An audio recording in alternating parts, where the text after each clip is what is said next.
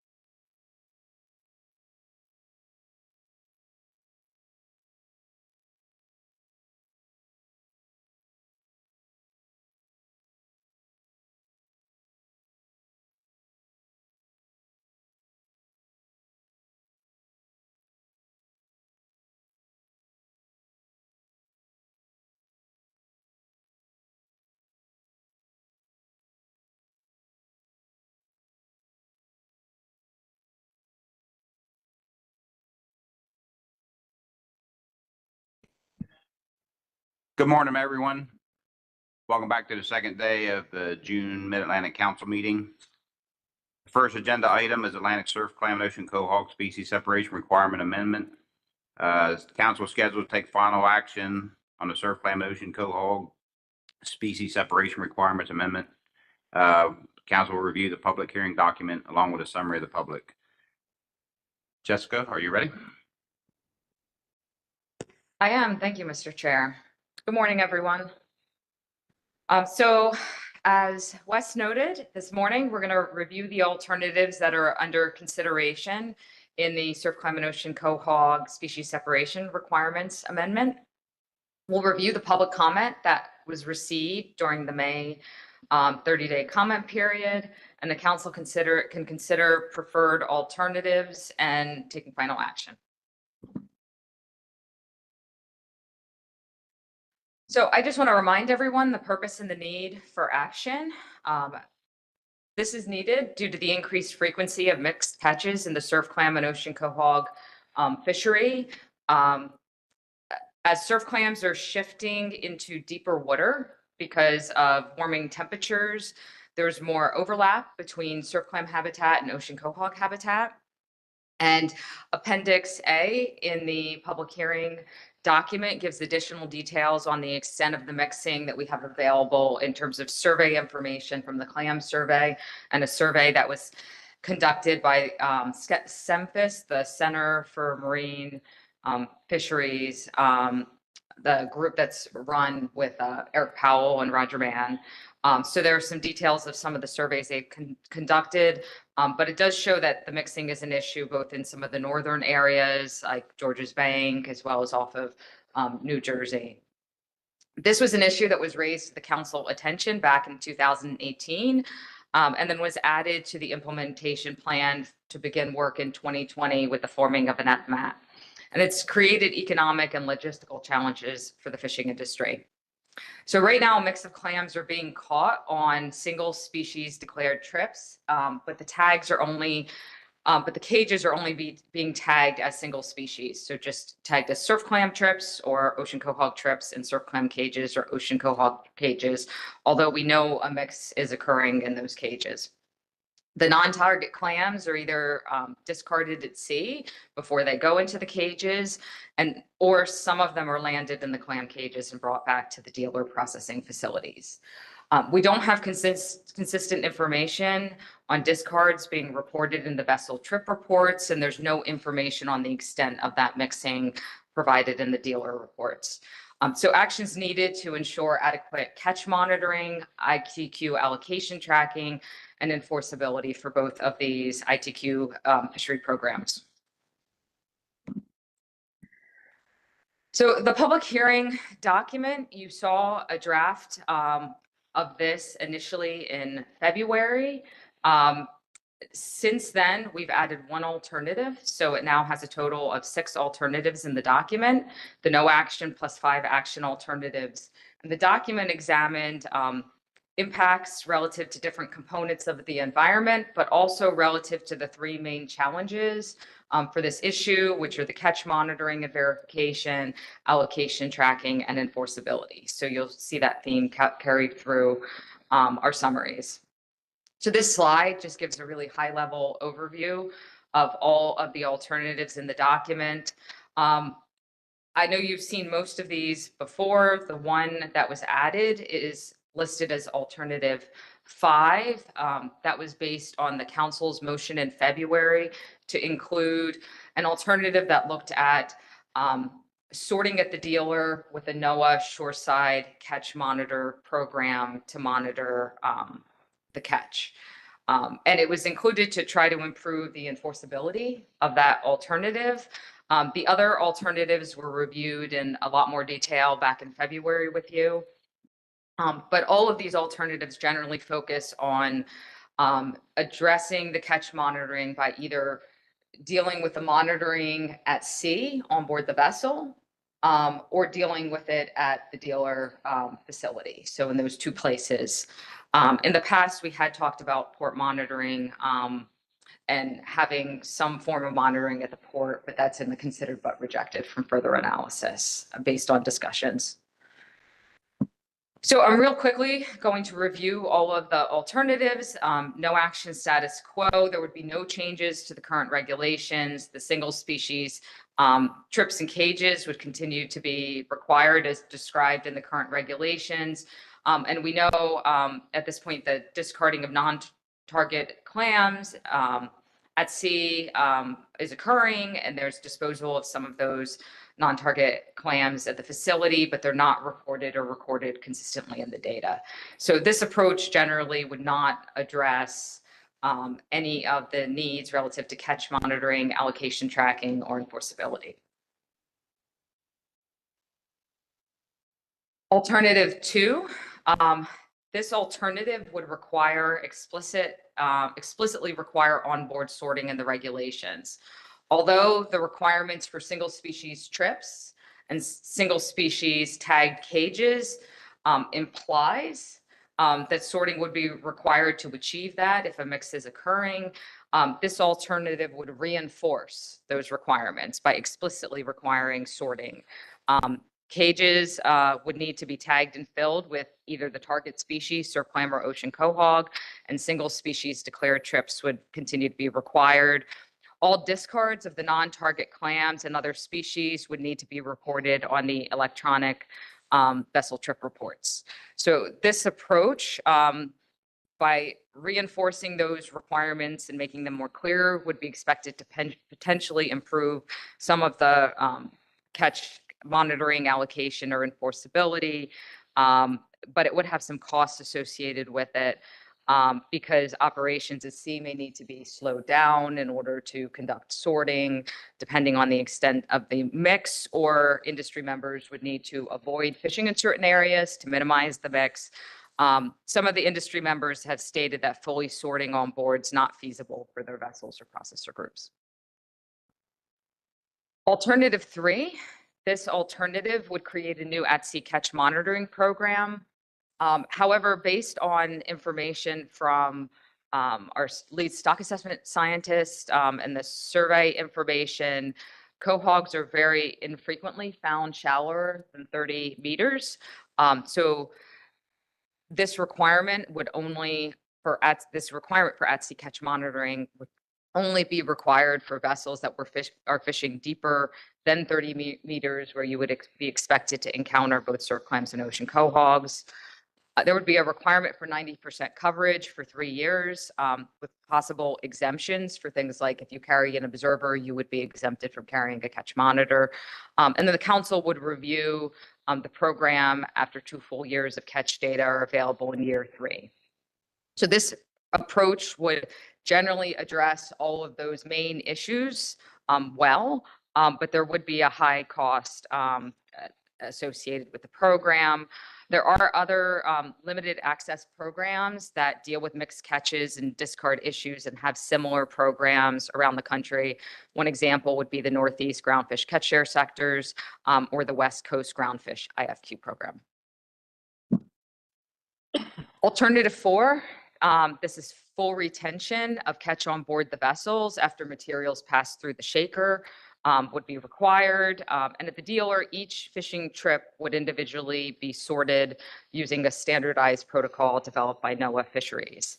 While this alternative would create some improvement in catch monitoring and allocation tracking, this is one of the low enforceability alternatives. So there are issues in terms of all of the enforcement moving to the dealer facility only. Right now, most of the enforcement is occurring at the port when vessels are coming back and offloading. And in this fishery, product is trucked long distances, sometimes across state lines. In addition, there would be a high cost associated with this alternative because dealers would need to modify their operations at the facility to ensure that they're sorting through all the material and reporting it. Okay. Alternative 5 is very similar to alternative 4, but with the addition of NOAA shoreside catch monitors. The most analogous program, because we don't have shoreside monitors in the Northeast, the most analogous program would be the West Coast Groundfish IFQ program, where they do have shoreside monitors that NOAA puts into facilities, and they monitor the weighing and measuring of groundfish species, because it's a mixed fishery, to ensure that the IFQ out there is accurately monitored. This alternative would address all of those three main issues, but it also would be an expensive alternative to implement. And because we don't have any program similar to this in the Northeast, there would be a lot of implementation work required on the NOAA side in order to implement this kind of program.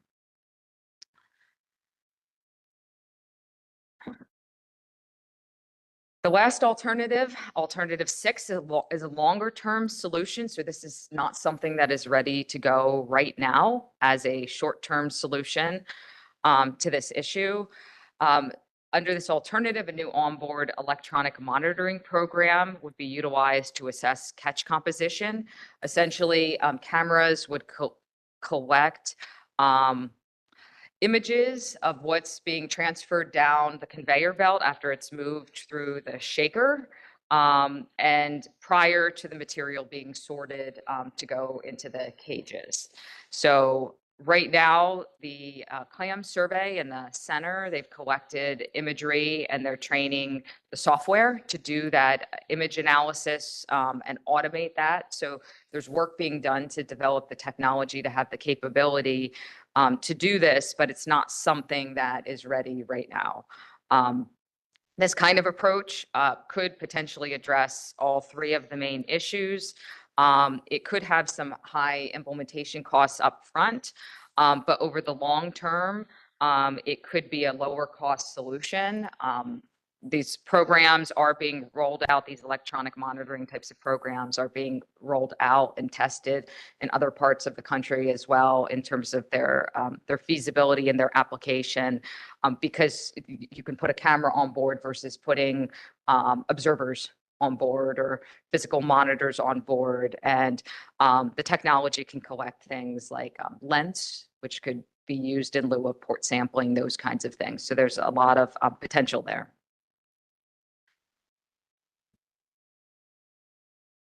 So under alternatives 3 to 6, so this is the program that would involve at sea monitoring, the sorting at the dealer under alternatives 4 and 5, and the electronic monitoring.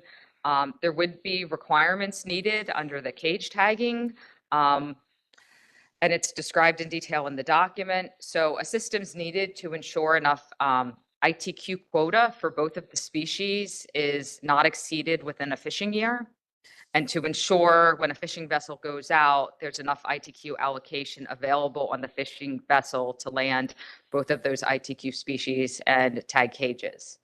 Right now, we don't have information on what the ratio of the mix is in those cages.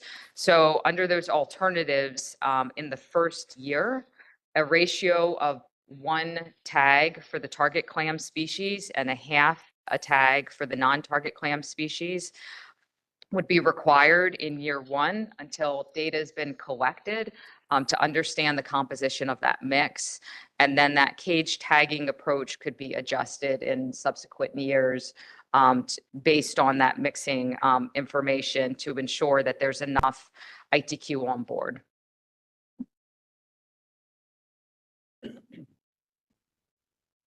There are 3 approaches that are in the considered but rejected from further analysis in the document. I reviewed those in more detail with the council back in February, so I'm not going to go into a lot of detail on those today. But the first was to allow trips to land both species under a combined trip declaration. There were a number of problems with that issue. One, law enforcement felt that those declarations were very important to the work that they do, declaring what the target species are. And because so many of these trips are mixed at this point, anticipating a mix before you fish didn't really provide a lot of additional information. The other was partial sorting on the vessel and then further sorting at the dealer. This creates a lot of issues in terms of tracking landings and allocation and reconciling all of that on the administrative side for Garfo. And then port monitoring, as I mentioned earlier. There were early discussions about a shoreside sampling program occurring at the port, but it has the potential to disrupt a lot of the port operations, and the ports really aren't set up to accommodate that. So one other section in the document talks about the concept of the elimination of physical tags within our region. The system of landings tracking and allocation tracking for the ITQ and the clam fishery is sort of built around these physical tags with tag numbers that are owned and can be transferred. But the FMAT and the advisory panel had asked questions about the concepts of doing electronic tags or e-tags. There are approaches that have been implemented in other regions. And the example we gave with the NIMS Southeast region has shifted towards a system of electronic tracking of allocation. The Southeast region does collect the max 3% cost recovery from all of its catch share programs. I think they have 5 of them throughout that whole region, or maybe 4. Doug. They have a couple. So they recover that maximum amount, and that was to cover the costs of that data modernization process that they went through, as well as administering their ITQ programs and IFQ programs in the region. So they've moved to a system where they can have things like a boat accounting system, which is almost like sort of like a debit account, where you have an account that can hold all that allocation, and then vessels that are tagged to that can then sort of debit off of that allocation as they fish, and other approaches that allow them to have a much simpler system for tracking, because all of those databases that they have relate to one another and talk to one another, whereas in our region, they don't necessarily. So the council could request that Garfo develop a similar system here in the Northeast and begin shifting towards more of that electronic tracking for their ITQ system approaches, which could benefit the Surfclam fishery, but could also benefit some of the other ITQ programs in our region, like scallops and some of the others. So the council held a public comment period from May 1 to May 30 on the alternatives contained within the document. Over that time period, we received a total of 7 written comments. There were 3 public hearings that were held, 1 via webinar, and 2 that were scheduled to be in person. There were 13 unique individuals that appeared at hearings number 1 and 2, excluding staff and hearing officers or Garfo staff. However, at hearing number 3, Doug Potts, Peter Hughes, our hearing officer, and myself had a nice chat for a half hour before we realized that no one was coming to the hearing. So we did not have anyone attend, but we did have a great conversation, and it was nice to see them in person as well. So I'm going to review some of the high-level themes that we heard in public comments, but there's a lot of information in the briefing book materials, so I obviously can't touch on everything in there. So some of the high-level things we heard, some commenters noted that the full quota is not being harvested, so they felt like this really isn't a sustainability issue, that BMSY is high. So because of these reasons, they didn't feel it was a really pressing issue or warranted rushing to a solution in this case. I just wanted to note for the council, I did look at the 2023 ITQ quota utilization, and for Surfclam, it was about 45%, and for Ocean Quahog, it was about 46%. So less than half of the current allocation available is being used or landed in this fishery. Other themes, some noted that they did not support any of the alternatives within the document. They felt that the action should go back for further development work. Others recommended that a workshop be held a workshop with the FMAT advisors, pulling in GARFO, Sustainable Fisheries Division, Analysis Program Support Division, the Center, OLE, so everyone could sort of get together and hammer out an approach and talk about all of those details all at the same time. There were comments that some of these conversations have happened piecemeal, so having everyone together would be beneficial. Others noted some tentative support for alternative 5. So this was the sort at the dealer with the NOAA catch monitor as a starting point for additional work and modification.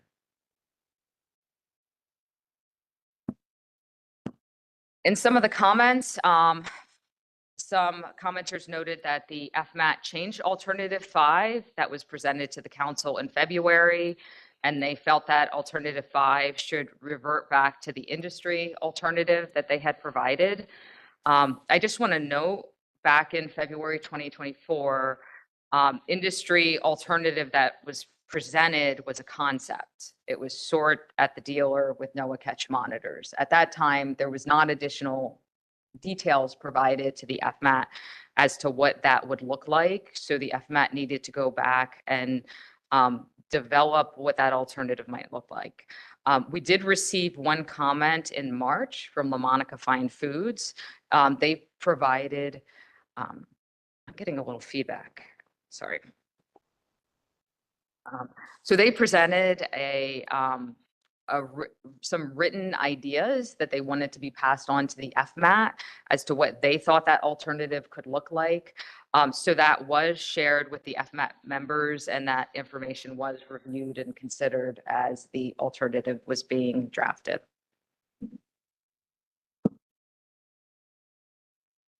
So some commenters during the hearings indicated they were not supportive of buying or leasing additional non-target allocation to account for those non-target clam species that were being landed. And they had concerns about the costs of the allocation and having to potentially lease additional allocation for others if they didn't own it or they weren't already leasing it. They also noted interest in having sort of a true up of the allocation if they had to overtag, having the ability to sort of true that up or be credited for that unlanded component of either the Surfclam or Ocean Quahog landings. That was something that the FMAT did sort of talk about and work through and talk to the service about as well. And there's some difficulties with doing things like rolling allocation forward into future years, and the way the databases work, being able to quickly, like within years, sort of reconcile those things. So there, again, lots of challenges. The system that we have wasn't built to do some of the things that we want it to do. So some of those things were discussed, but this was a concern that, again, was expressed by the advisors. We received a lot of varying input on sorting at sea or sorting in the facilities. Some commenters noted that they felt they have to have the ability to discard some of the non-target clam species at sea.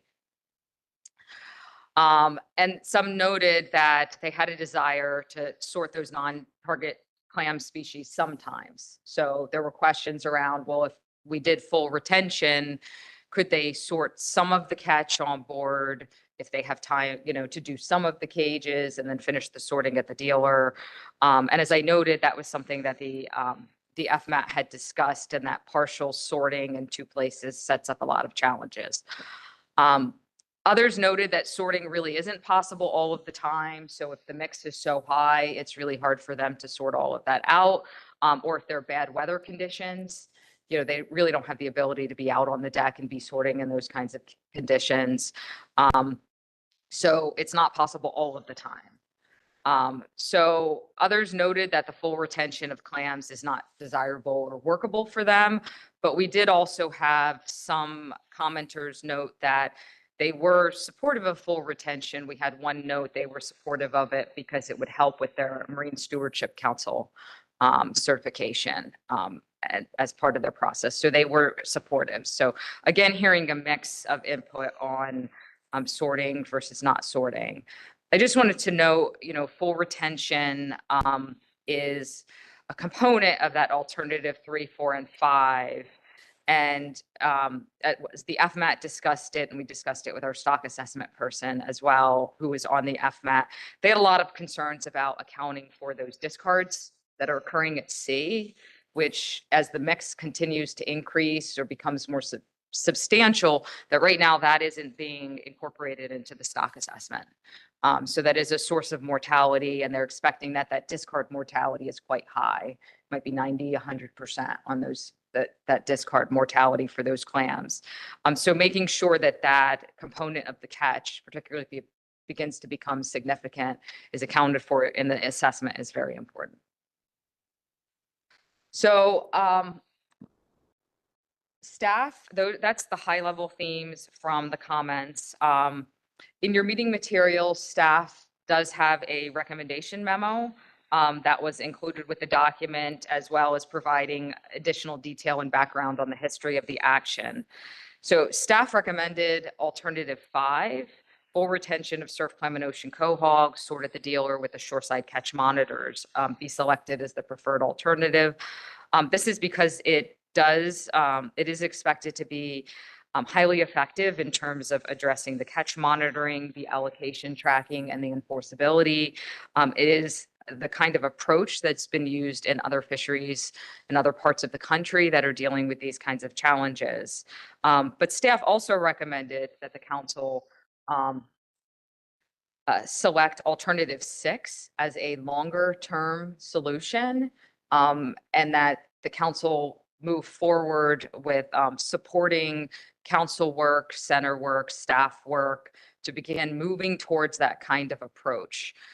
There's a lot of elements of that electronic monitoring approach that, if implemented, could be beneficial and address some of the concerns that some of the industry has addressed. For example, if the cameras are placed right after the material moves through the shaker, there is the potential that there could be some sorting at sea if this electronic approach is already capturing all of the catch. And documenting all of that. And that's all being addressed, that there could be the potential for things like sorting, partial sorting at sea, because we've captured it through another means. So there's aspects of it that in the longer term may be beneficial. So that is the staff recommendation on that topic. So for today, the council can consider identifying a preferred alternative or alternatives, consider final action and submission to the National Marine Fisheries Service. And I'll just note that if no action is taken, the current regulations are going to stand as is. And, if we'd like to have the service enhance on what that means, they can do that.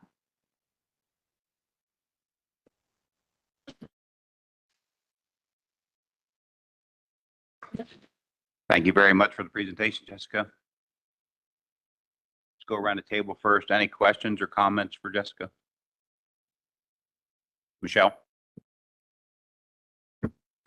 Thank you, Mr. Chair, and thanks, Jessica, for a great summary of a lot of information. I'll just note that I guess I'm just looking back at the February briefing book and the public hearing document that we had in there.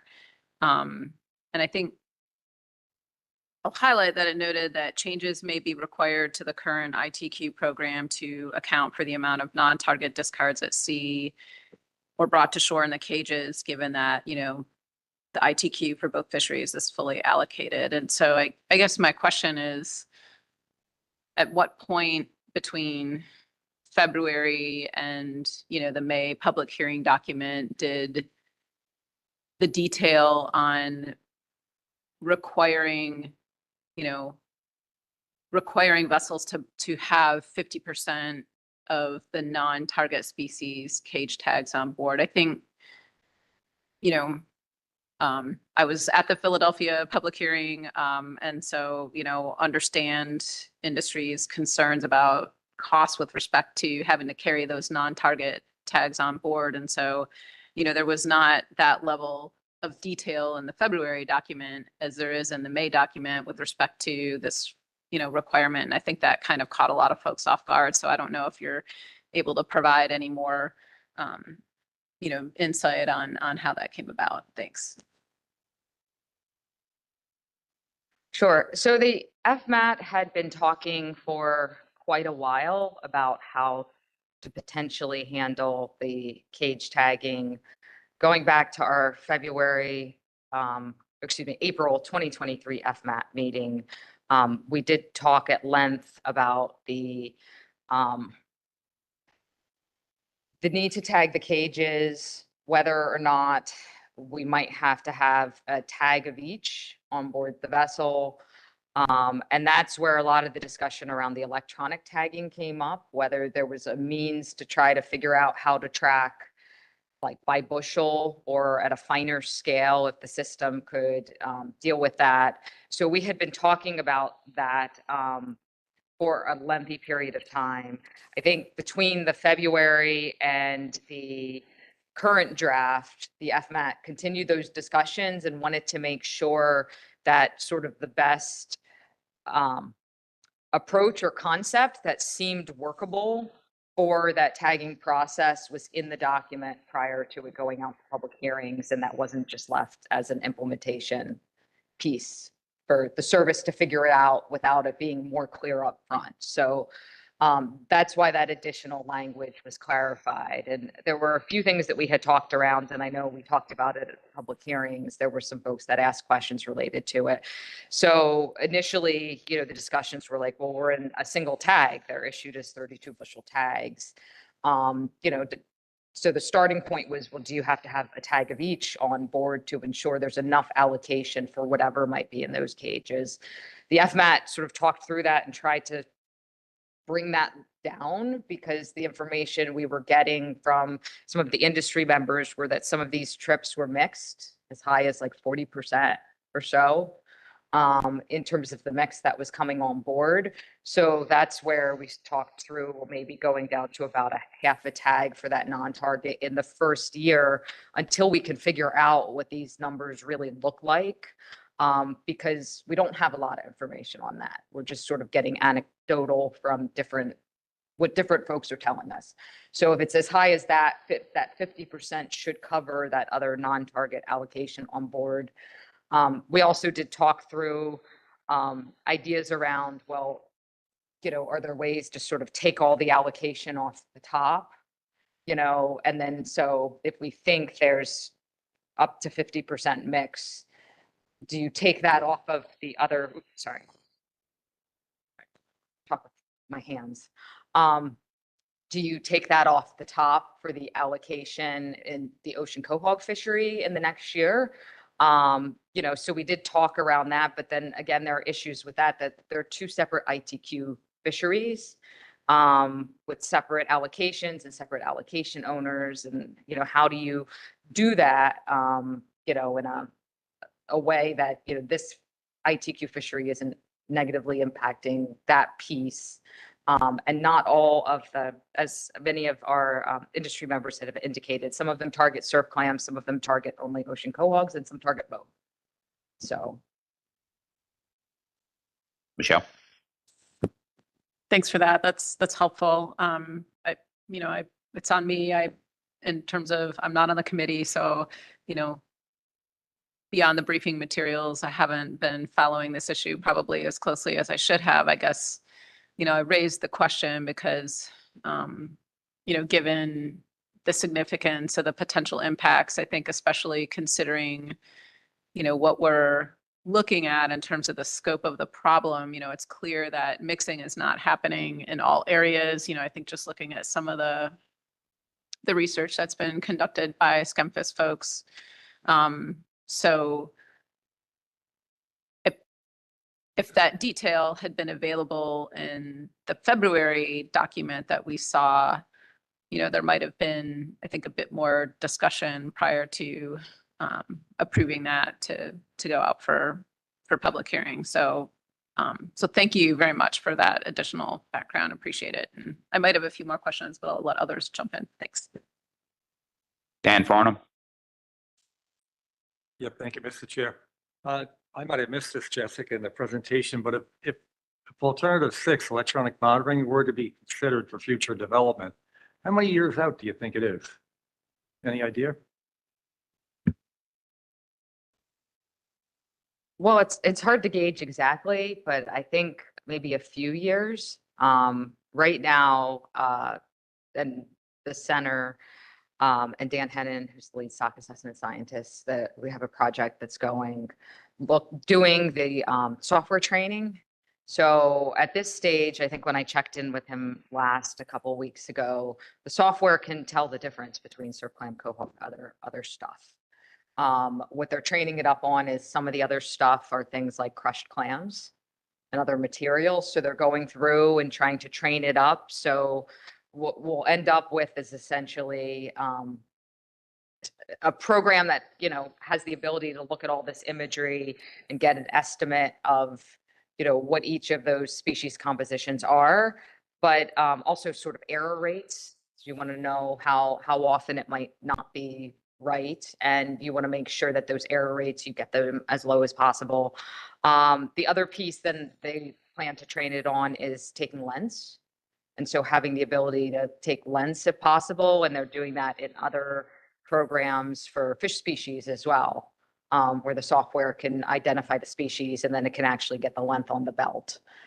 So you're gathering that information as well. So once all of that training is done, in my discussions with Dan, a logical next step would potentially be to get it out, the cameras out on commercial fishing operations. So right now it was just under survey fishing, which is a little different than commercial fishing.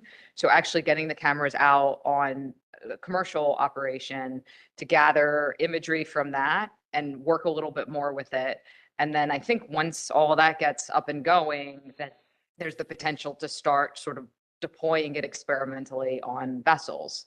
So I think it's a couple years, maybe 4 or 5 years out, and you're nodding.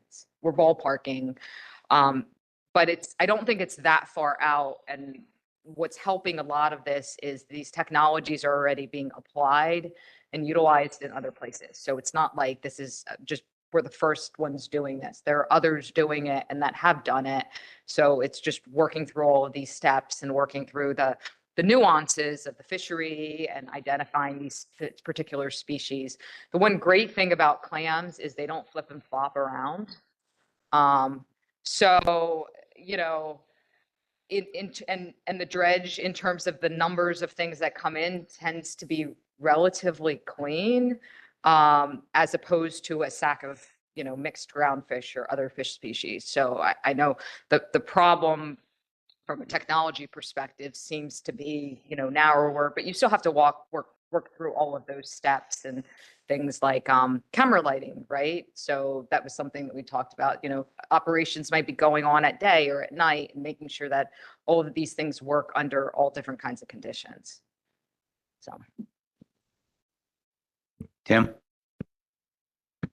Thank you, Mr. Chair. Yeah, I had a couple questions regarding your cost recovery program.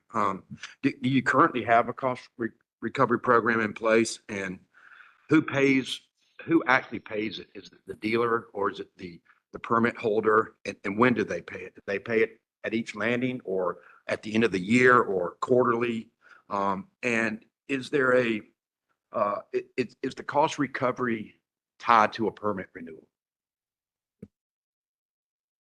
So I can answer the things that I know, and then I'll punt over to Mike and Doug for the remaining answers. So we do currently have a cost recovery program, both for Surfclams and ocean cohogs.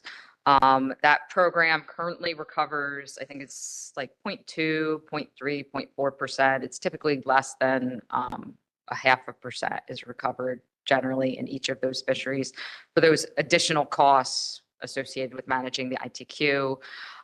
The cost is recovered from the individual ITQ holders, not from like a dealer bill. Like I know in some regions that, the dealers will, I think, collect the fees and then they pay the cost recovery bill. So that I know. I believe the cost recovery is done annually, and I'll stop talking there and let Doug fill in the blanks. Sure. Yes, it is. It's an annual once a year bill. It is fairly small. I think, yeah, this year it's under 0.5% of the ex-vessel value. It is collected from the initial allocation holder. So whoever gets the tags first at the start of the fishing year gets the bill. And then we track them if they're leased or otherwise. And then only if they're landed do we attribute a bill to it. So we track those back to those tags that get used. Is it tied to the renewal of the permit? Yes. Yeah. We also require that it must be paid in order to renew the permit. Sure. Thank you. Mike Bentley. Thanks, Mr. Chair. Thanks, Jessica, for the presentation. Just had I had a couple of questions, but I guess my initial question was in terms of the recommendation around alternative 6, which is acknowledged that it's a sort of future looking solution. How do you expect, or how do you foresee that being in terms of like writing the regulations, if the council were to pass that, adopt that as a preferred alternative? Since it's a future looking solution, it's not something that we could define today and write regulations tomorrow. So I'm just curious how what your thoughts are in terms of how that would be adopted as a preferred alternative potentially by the council and move forward, versus sort of putting a pin in it and saying, you know, we'll come back in a future action and potentially adopt this as a future solution when the technology is mature.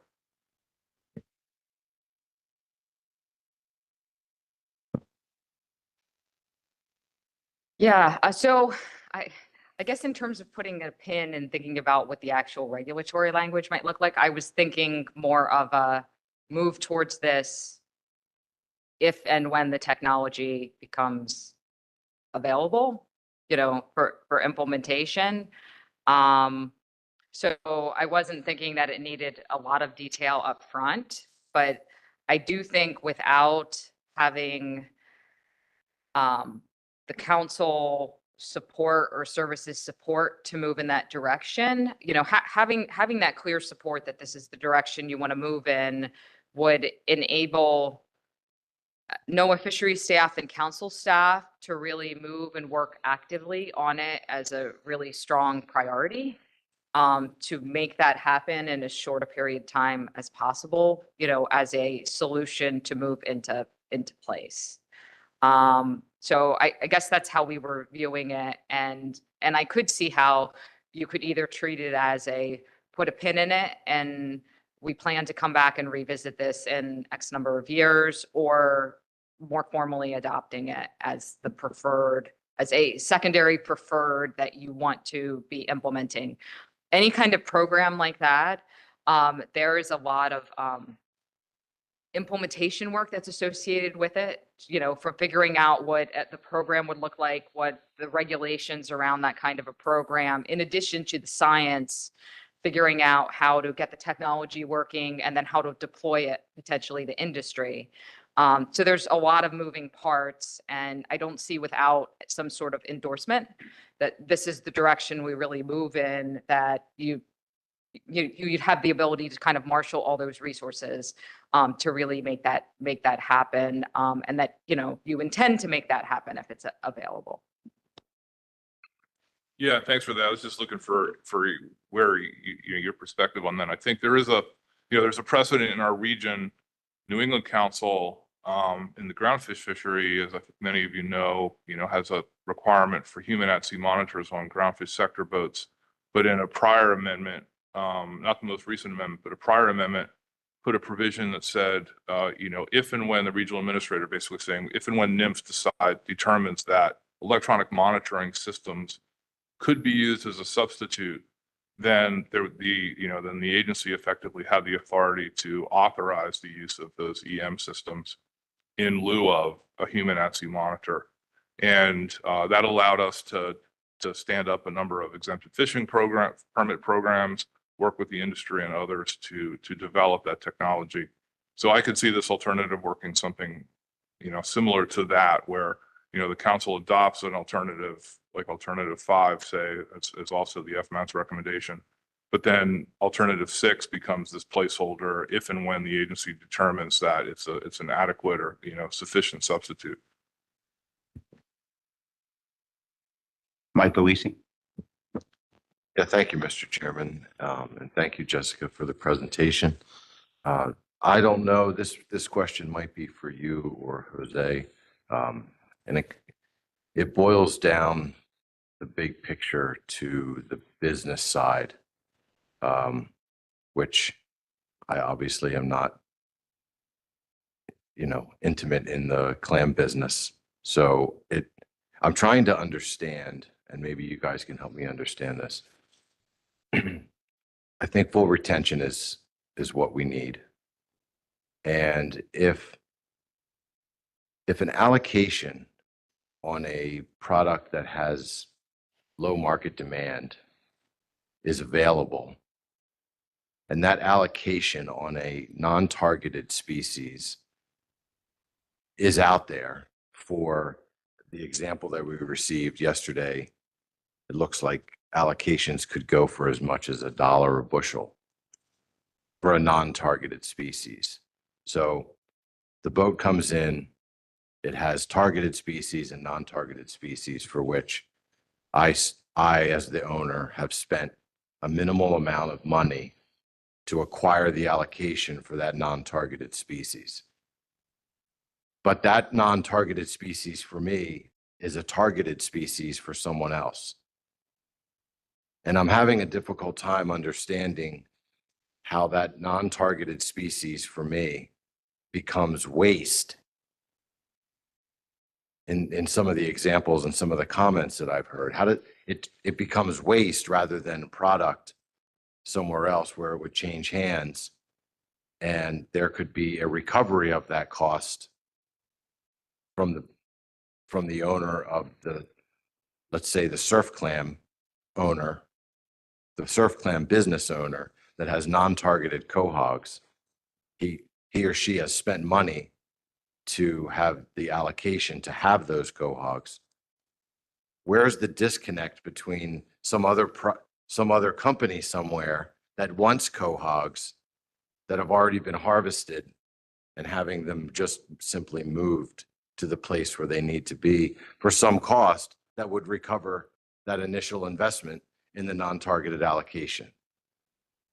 It's a disconnect that I have a lot of experience with ITQ fisheries and recovering costs for the purchase of allocation. And in the work that I do with fish in Maryland, somebody may spend $1 per pound to lease striped bass allocation. But on the back end, they're getting $4 a pound for the sale of that product. So they've recovered their cost, plus they've turned a profit. And I'm having a difficult time understanding the business side of the of how that isn't connecting, and maybe somebody can enlighten me. Jose. Yeah, well, I have a hard time also understanding how that works, because I think that's going to change from company to company. The mixing is already happening, right? So those animals are already being brought to the plant. Now, some individuals indicated that in some cases, those animals are just tossed away. They're put in a green bucket and that's it. Other individuals have indicated that they land sufficient amounts to set them aside and process them when there's a chance to do that, because sometimes you might have a line that is not, you're not able to process both species at the same time. So you're processing surf clams. And then if you get ocean quahogs, you can set them aside in the cooler until you are able to process them. So I think that it depends on the processing, on each one of those processing facilities and how they operate. Some individuals might have the connections where they can take those ocean quahogs, for example. If that's the case in a surf clam trip, they take the ocean quahogs to someone else to process. So that is happening. Now, the extent to how all that is working is unknown to me. And I'm sorry I cannot be more helpful. Hang on one second. Peter, do you have an answer to that also, or another, or a different? question? No, I can kind of help with that. So there are plants out there that are 100% hand shuck, and they hand shuck surf clams. You cannot hand shuck ocean quahogs. The meats are different colors, they're different sizes, they're different flavor profiles. A ocean quahog, I would say, is more of your clam chowder clam, and the surf clam is more of an ingredient clam. It does clam strips and it does chopped clams to the members of the public and stuff like that. So a plant that only hand shucks surf clams has 2 bushels of ocean quahogs that are absolutely worthless to them because they cannot monetize them. They can't hand shuck them because they're steam shucked. And a steam shuck plant, you know, the boiler's as big as this room to steam shuck a clam. So if you get a handful of bushels of ocean quahogs and you're 100% hand shucked, there's nothing you can do to monetize that. It's going up you ever see clamshell driveways? They crush those shells on the way out. Those ocean quahogs are probably going through that crusher and going right on people's driveways. And there's no monetization of it whatsoever. And, you know, a lot of these alternatives require full retention. There needs to be a larger conversation around full retention and what that means, because there's no requirements in the bar spacing. And if you want to push somebody that's looking for market into new markets, you tighten down the bars.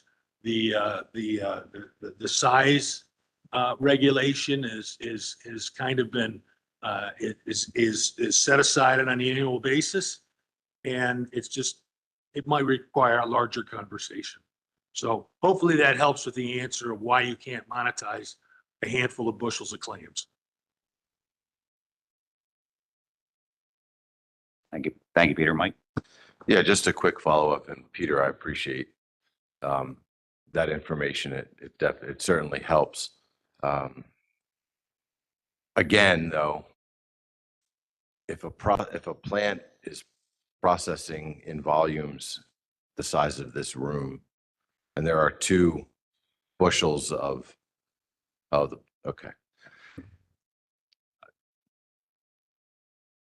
So if there are 2 bushels of leftover quahogs at the end of the day, based on what I've seen and what was presented to us yesterday, that costs $2 to the buyer, to the person who had to purchase the allocation. So that's $2. I can't see how that in and of itself puts a business at risk when we're talking in terms of dollar bills rather than hundreds or thousands of dollars. That's where I'm having this disconnect about buying an allocation, turning it into profit. But if you can't turn it into profit, what's the revenue on the target product? And does that offset that small amount that you had to put out for the allocation to bring both animals home? Peter? Thanks, Mr. Chair. So if it were that simple, you know, that would be easy, but it's not that simple. So out of 32 cages of surf clams, we recovered 2 bushels of ocean quahogs. But each of those surf clams cages now have to have another half a tag. That's not $2. That's going out and buying 16 full tags to put a half a tag on each cage for recovery of 2 bushels of surf clams. And that's just an example. It might be 10 bushels, it might be 12 bushels, but the fact of the matter is that now every cage has to have an additional half a tag that costs money. And that's not $2. That tag is much more than $2. So. Okay. Well, you know, maybe it'll come out in the wash as we debate and discuss the alternatives as we go forward. Because it sounds like there's sorting, but then there's not, maybe there isn't sorting. I think it's going to come out in the wash. What I'd like to say, Mr. Chairman, if that's okay, I think, I mean, alternative 6 is the future, in my opinion. I think where Dan was going, asking questions about how long it's going to take to get there is realistic. A few years of development. Things are happening very quickly on that front with AI and other tools. But I do think that what we have in front of us here for alternatives is a fair range. And, you know, I'm hoping that the council today will be able to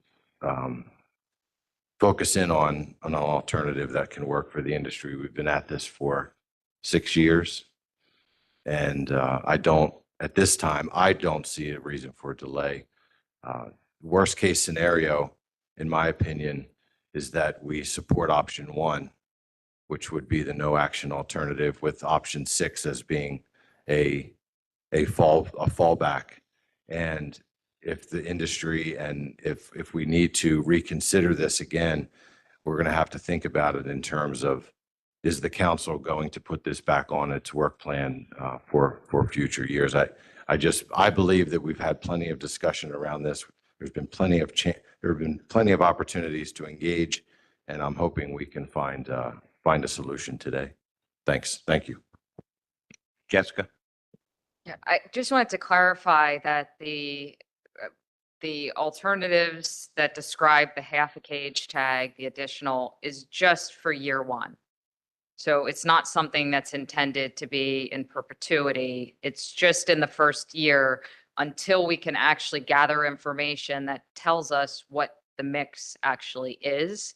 So then we can look to work with the service and how these tags are tracked and issued to try to bring that down to minimize cost. Joe Semino? Thanks, Mr. Chair.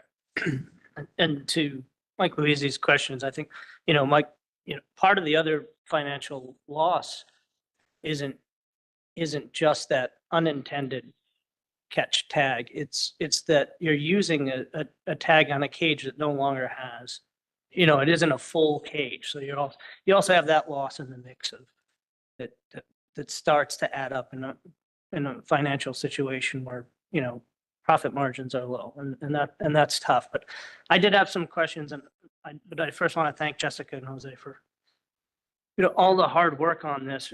We're going forward and not only spend a lot of time on this, but, in our climate scenario planning, where we see that cross and in a world of uncertainty, well, we're seeing that happen here already. And I know that we're talking about how much time we spent. We're at a very inelegant solution right now. And if that's our future, and if what we keep saying is, well, we've spent enough time, we should just move on. For, 2 species that we don't really have a concern with, the action has to happen to protect the species, then I'm concerned with how we are moving forward. It's not good enough to say, well, we spent a lot of time, we should move on, in my opinion. So I am curious, since what industry is asking for is more time, if we were looking at tweaking Alt 4 or Alt 5, does staff think that that's something that would trigger us to have to go back out through a public hearing process? Or could we potentially have tweaks to Alt 4 or Alt 5 that get us back to the table after, say, a workshop where we could have a vote within the year? So I guess I'm going to sound like a lawyer. Maybe we could ask John, but I think it depends on what the suggested tweaks are. If they're sort of within the scope of what has been discussed here, I could see where that would probably be straightforward. If it's tweaks that are a big departure from what's in here, it could be a lot more involved. But I'm going to punt and send it over to Nimson, to the attorney, to general counsel. Sorry. Thank you. John? Yeah, Jessica, you did sound like an attorney and that's pretty much the answer I would have given. So thank you.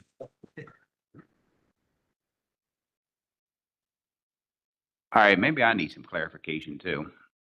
All right, if you're looking at, you're going to be required to have half a tag per cage. So does that mean if you go out and catch 50 cages, say you're on a surf clam trip, so you got to have 50 cages of surf clam tags, and you got to have 25 cages of quahog tags? So basically, does that mean 75 tags are used for every trip on a 50 cage trip? Yeah, you would need the equivalent of a half an ocean quahog cage tag that would be worth like 16 bushels that would also need to be affixed to the cage. So you'd have a 32 bushel surf clam and a 16 bushel ocean quahog in that first year. So if you're looking at $1 a bushel, you got to have $16 in every cage. You'd have to have 25 cages of that. Is that correct? If that's the going price, yes. Dan Farnham? Thank you, Mr. Chair. I just started to do the math. I didn't have time. Where are, Jessica, where are the discards accounted for now? If we were to stay status quo with the discards being at the level they are right now, where are they accounted for in the fisheries plan? So there's discards at sea. There's some minimal observer coverage. So discard estimates from those covered trips are included in the stock assessment in terms of discard mortality. Their reported discards on the EVTRs are very infrequent. So that occasionally a captain puts a record of a non-target discard in there, but they're not consistently reported. So there's almost no data there on what those at sea discards are.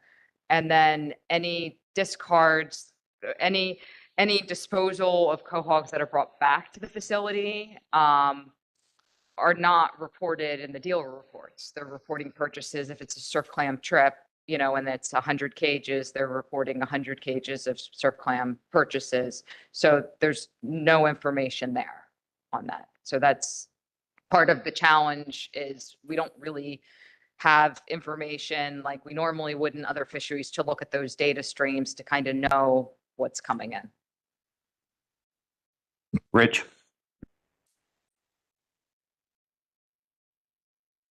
Thank you, Mr. Chair.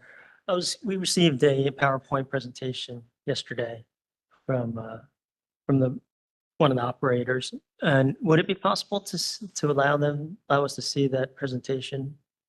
Or give that presentation to the council? I think we've got it around the table. We're going to let Dan speak here in a little bit. Bobby? Thank you, Mr. Chairman. Echoing what Mr. Farnham was just saying, if you go to full retention, then what do you do about the assumed discard or the static discard that's already being applied to that stock? Do you nullify that and then actually increase what the actual, ITQ would be?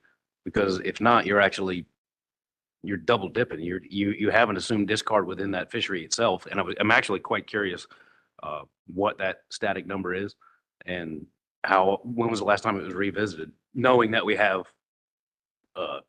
climate change and where we're having more of a mixing issue. But where I'm having a lot of trouble looking at this is, doesn't appear to be any impact to stocks right now with the mixing. I understand the issue with the mixing is as far as tracking, but it's not done for economic gain. It's done to expedite the quality of a product, which is why you have minimal, or it's not feasible to do sorting at sea. And looking at the two, maybe it's because I'm a little jaded, but looking at alternatives 4 and 5, they're identical with the exception of one of them is done in-house and number 5 says, we don't trust your numbers. We're going to put somebody else in there. That's just my interpretation of it, but I really don't understand how clams can be this complicated, but Okay. Jessica? So just responding to your second point with having the NOAA monitor in the facility monitoring the catch. So one of the main checks on all of our data streams and our other fisheries are the EVTRs against the dealer reports. And sometimes there's errors in those where somebody entered it and added 2 extra zeros to something, right? So those differences are caught, they're addressed, to the extent that data can be corrected. So some of them are just sort of basic errors in terms of how the information was entered. They're not all necessarily sort of egregious, purposeful errors. They're things that creep in.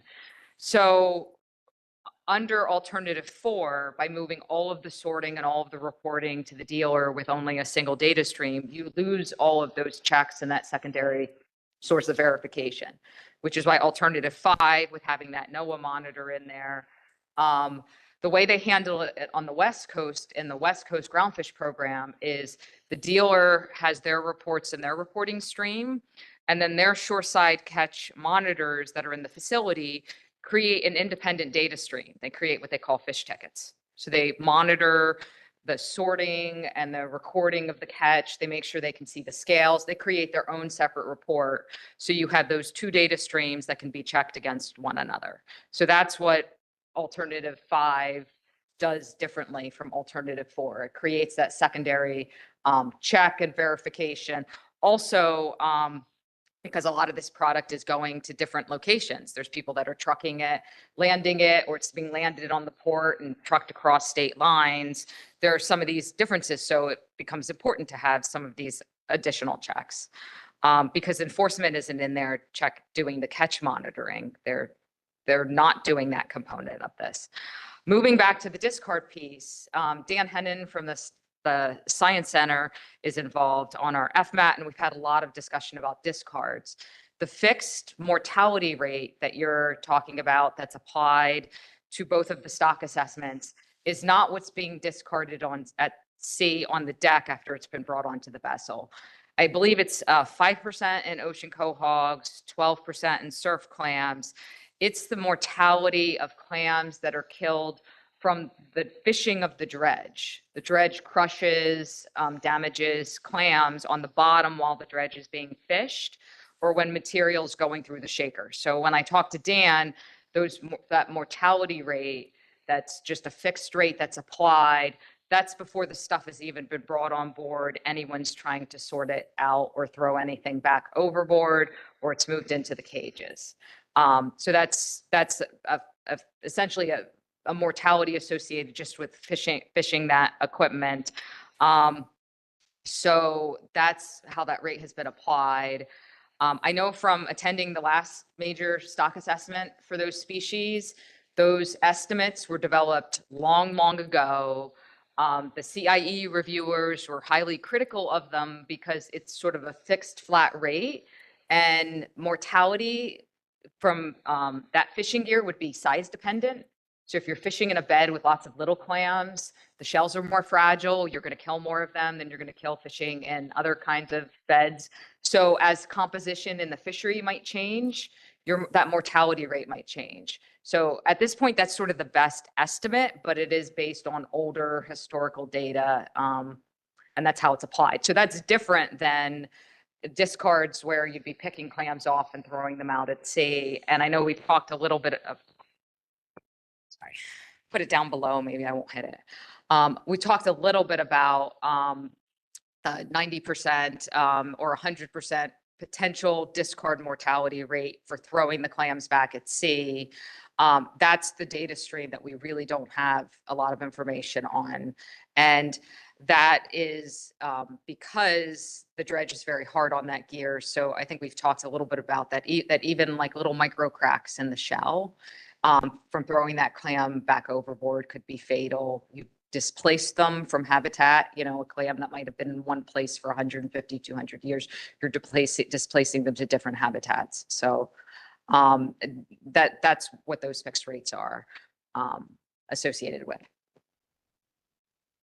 Bobby?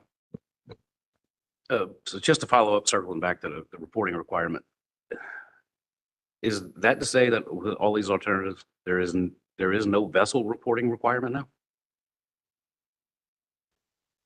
No, there's a vessel reporting requirement to report discards on the AVTRs.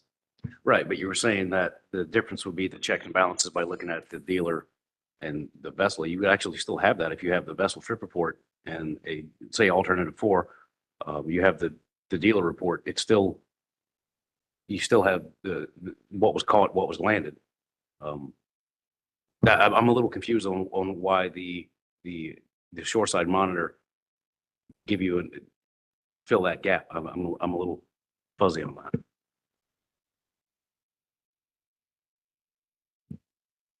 Yeah, thanks. I mean, the way it is right now, they're not reporting by species. So the vessel. Right, was capped.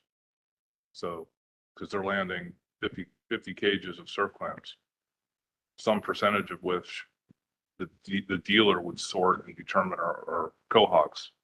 So the vessel trip report doesn't, they're not doing any sorting on the boat. They're not telling us what the proportion of clams versus quahogs is. Adam?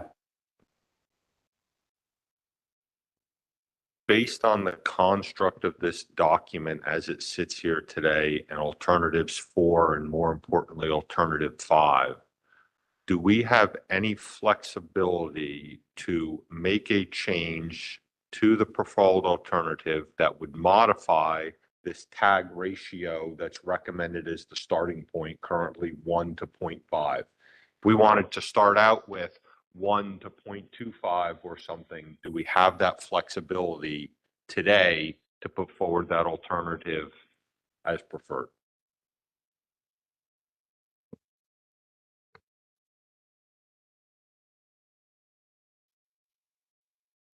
John?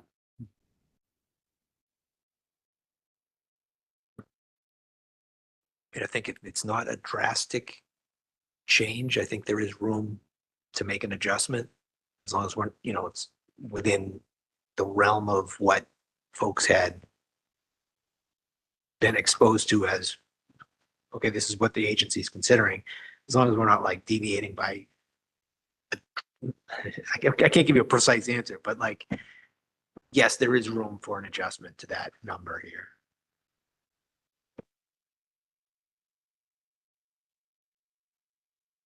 Eric? Yeah, thank you, Mr. Chair. I'll be quick. To kind of follow along to Mr. Nowalski's point, I'm not sure why we have to have tags for 48 bushels when a cage only holds 32 bushels.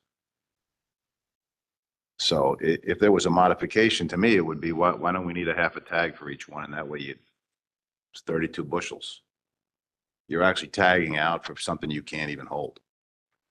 And, as far as the point about, whether you can buy striped bass for $1 and sell it for $4 and what the cost of a quahog tag is, I mean, there's a huge difference between the open market for things like striped bass or fluke or things that are worth reasonably good money, but they go up and down all the time. Clams are cheap, and that price doesn't go up and down. That's why the economic discussion is really, really critical here. And it's a high volume business, but I don't even know if it's nickels and dimes. That's why the economics are really, really important. And any minor expense, it may be minor, but when you add it up to the volume, it becomes pretty major. The example of, well, if I have to put a half a tag on a cage and I get 2 bushels of clams or whatever, that's $8 a bushel. That's the math there. That's huge difference. So I'm not sure how extensive the economic analysis of requiring excessive tags for something you can't even carry in a boat trickles down to, what's the road? I mean, they're selling meat. What's the price? You know, how far down that chain can you look to see what an increase of a dime does to the cost of meat? If the yield is 10% and you cost a dime for a clam, that's, you know, that's another dollar. I mean, it adds up in a big hurry for something that has such a low yield as well. I mean, these are things that we have to think about. And I know that Monica's got some of their numbers in their document, but this is a unique fishery. You know, it's, I mean, we're talking about an ingredient, and the price of ingredients doesn't go up over time. So we really, really have to be very, very careful how sharp our pencil is going to be. So thank you. Mike Penny. Thanks, Mr. Chairman. You know, we were initially doing questions and we're sort of verging into comments and things. So I thought it would be helpful just to kind of set this, remind everybody, and Jessica did this as well, but I think the conversation has kind of moved on a bit. So, you know, recall that we started working on this issue in 2018 when the industry came to us and said, we're seeing a problem, right? We're starting to see that we're fishing in these mixed beds and we're catching both species on the same trip. And so the council worked, you know, to make it a priority to start working on this amendment, I think in 2019, maybe 2020. But it's been a while. And that's fundamentally because there are 3 regulations at least that are at issue here. And I'm looking at the prohibition section. So it's unlawful for any person to do any of the following: fish for, retain, or land both surf clams and quahogs on the same trip. Fish for, retain, or land quahogs on a trip designated as a surf clam trip, or fish for, retain, or land surf clams on a trip designated as a quahog trip. And third, land or possess any surf clams or ocean quahogs without having been issued an individual allocation. So, you know, what the FMAT has tried to do is find a way to work around those regulations. So the half a tag is to address that third piece. You cannot land quahogs without having an allocation for quahogs. And the first two that say you can't fish mixed, you can't have both species is something that we're trying to overcome. And I think, you know, the council has worked hard, and the staff in particular have worked really hard over the last 4, 5, 6 years to come up with solutions that allow the fishery to continue to operate in mixed beds, but also, you know, retain the integrity of the ITQ system that the council has had for 30-something years. So I just urge people, as we're talking about, you know, the various options and the work that the FMAT and the PDT has done, to keep that in mind. This has all been driven by the desire to come up with a solution for the industry to continue to work in and around those mixed beds. Sonny?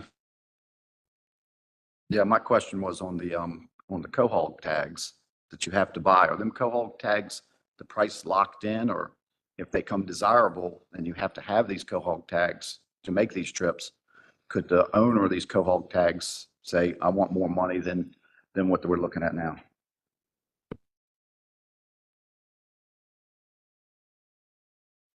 Yeah, we don't manage the market for those allocations or the prices that they go for. I mean, those are some of the allocation is owned, some is leased. Some of those are leased through short-term or long-term contracts and relationships.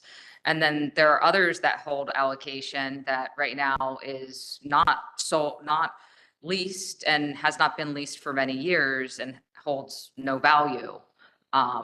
Because of only about 45–50% of the allocations in these fisheries have been utilized in recent years. You have a bunch of allocation holders out there that hold allocation that's currently not being utilized. So yeah, the short answer is it could, but that's not something that we manage as part of the fishery. Those are market forces at work. Johnny? Thank you, Mr. Chair. And another question. And we're saying that these laws were made 30-some years ago. And that was before climate change and mixing. So it seems like the problem isn't the laws, it's the climate change that maybe we're looking at, that maybe the laws need to be changed. Yeah, I mean, that's what we're talking about, is what should the regulations be changed to, so that we can allow the fishery to continue to operate. I think you're right. I mean, climate change is in part, at least in part, what's driving the mixed beds. And we acknowledge that in order for the fishery to operate the way it's been operating the last few years, the way it wants to operate in mixed beds, we need to change the regulations.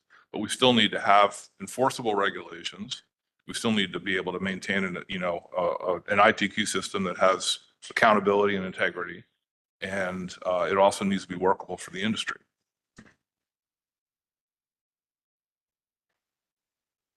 Jessica, by requiring, say, 50% tag, say, for cohogs on a Surfclam trip, how is that going to change the percentages as far as 45 or 46% landed? Is it going to make it go now to 65%? Even though technically all of them are getting caught, how's that going to work?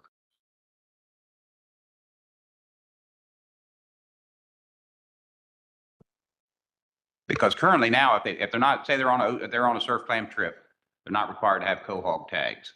So now if they're going to be required to have 50% cohog tags, it's going to be going toward that trip.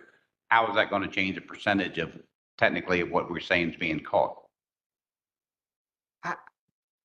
In terms of the percentage of what's being caught, I don't know that unless there's an increase in market demand or an increase in product, that's being sold, I would think they would continue to land surf clams and ocean cohogs. I mean, right now they're landing a mix in these cages. It's just not being reported. So.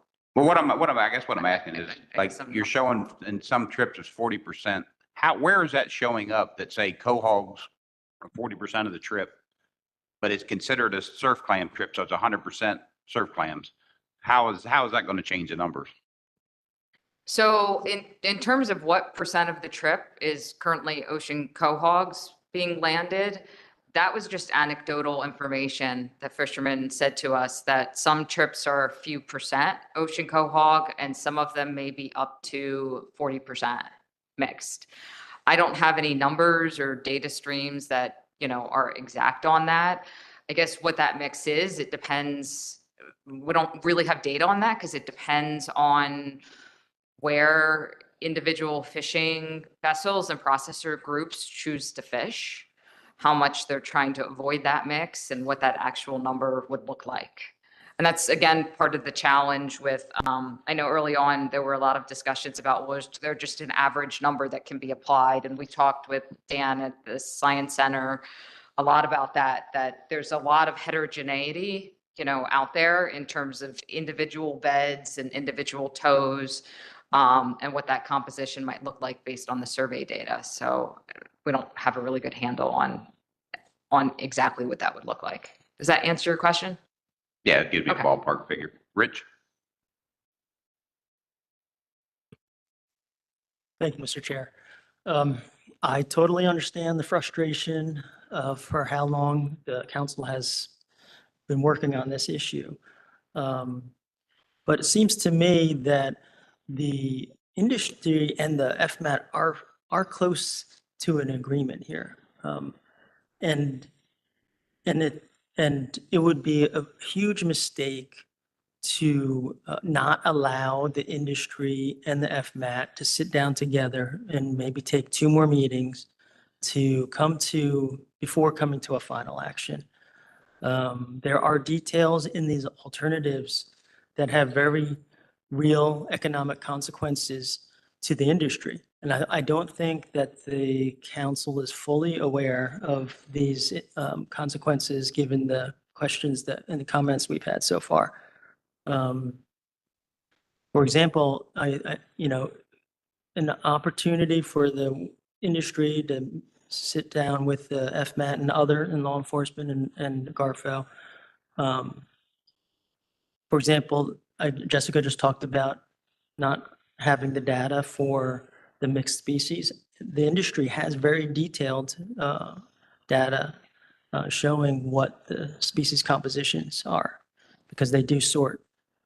They have to sort. They're two different products. They have these records. I mean, it's just an example. I think I think it'd be a big mistake to not let the industry meet with the FMAT and Garfo and law enforcement, et cetera, before we make final action. Thank you. Dan Farnham. Yep, thank you, Mr. Chair. I can appreciate Richard's points there.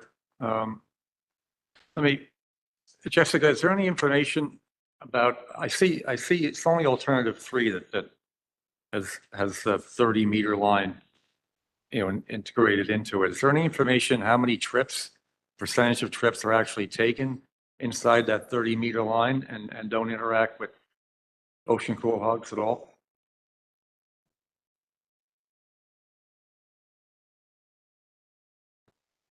Yeah, that was something that we had followed up with Dan Hennon on in terms of how many of those trips. He hasn't had an opportunity to do a full analysis, but we had a ballpark estimate in the document looking at costs associated with about 50%. Of the trips, if 50% were near shore versus further offshore. One of the things with that line that is something to think about and that we did discuss is that's something that's continuing to change because the species are continuing to shift. So where folks are choosing to fish, there's choices that fishermen make where it's more economic to fish as close to shore as possible, if you can, because it saves you cost on fuel versus running further offshore, and then trade-offs in terms of what the catch per unit efforts are in terms of whether it's worth running offshore or staying further near shore. So that whole dynamic is likely to change over time. So that was something that we did talk about too, that if you were to consider something like the 30-meter, it might be something worth putting a pin in to revisit that information periodically, or to at least review it to see if those things are changing, because clams may continue shifting deeper to a certain degree. Dan? Yep. Thank you, Mr. Chair. To that point, the way I look at it right now, all these alternatives, any alternative that requires to have mixed tags, it doesn't matter where you're fishing. If you're inside the 30-meter line and you're not going to encounter ocean quahogs, if you take alternative 5, that vessel would still have to pay for the tags. Am I thinking right?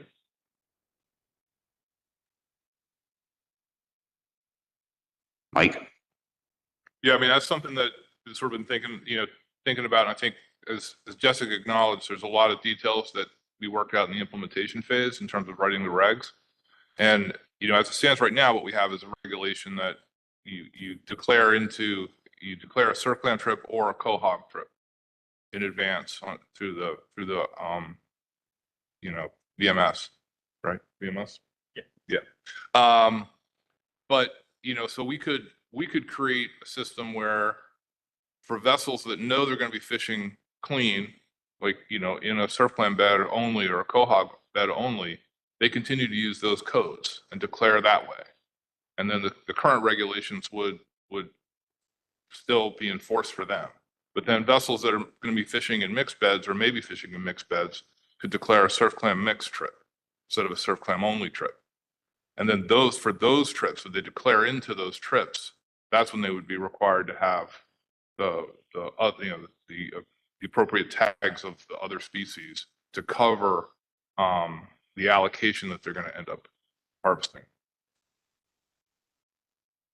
So is that the thought, any alternative that we're looking at right now what you just described would be would be an option for any vessel in any of those alternatives, correct?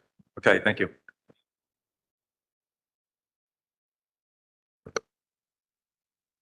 Any more discussion around the table?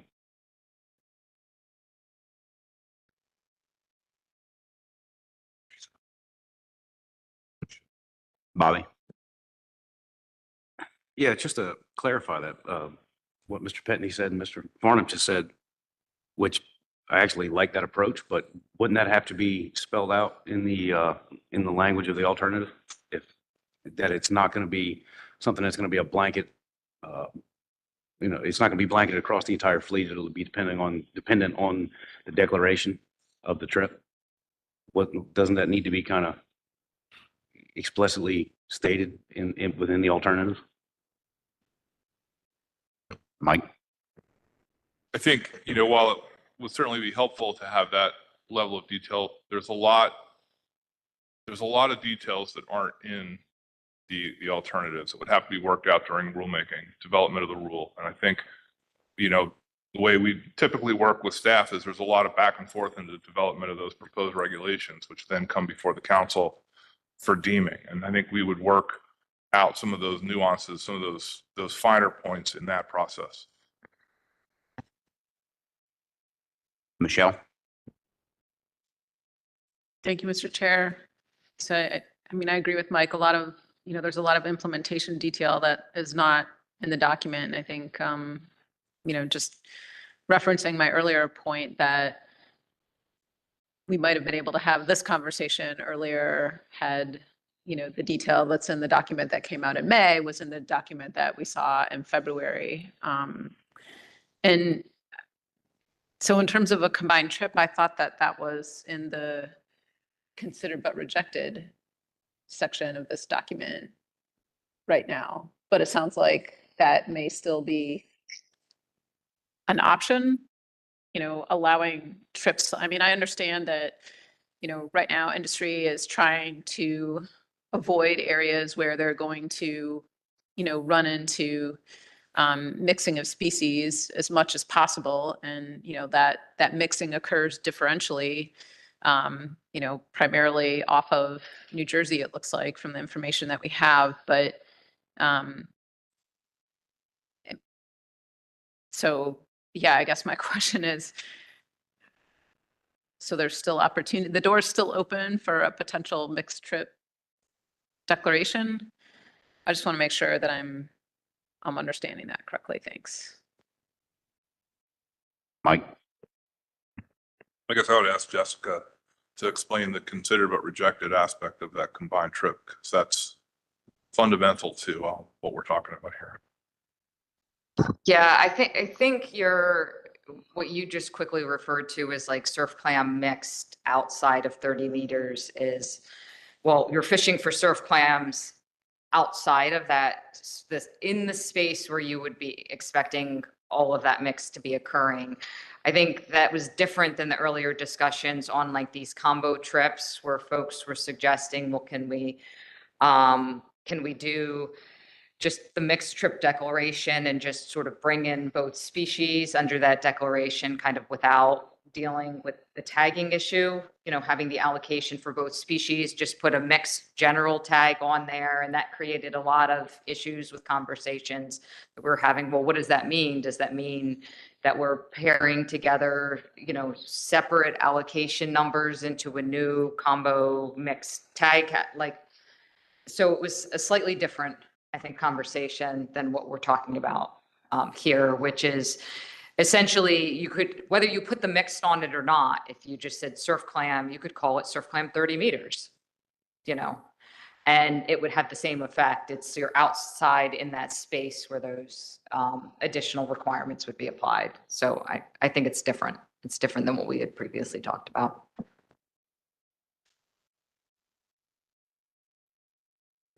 Peter Hughes. Thank you, Mr. Chairman. It's not as easy as we thought. It's a lot of different conversation around the table. There's a lot of questions that, nobody's ever asked in the past. During the FlyNet conversation yesterday, Bobby identified something that was going to be kind of overly complicated with the LOAs and just said, why don't we create a VMS and declare what kind of trip we're on? Why don't we create a VMS for mixed clams and require 100% reporting from the plants? That way, National Marine Fisheries Service can count the clams. That's what we're trying to do ultimately, is just count the clams. And the industry wants to count the clams. And if we create a VMS that says we're on a mixed clam trip, you're going to expect a report from that plant that's going to show that you've had mixed clams.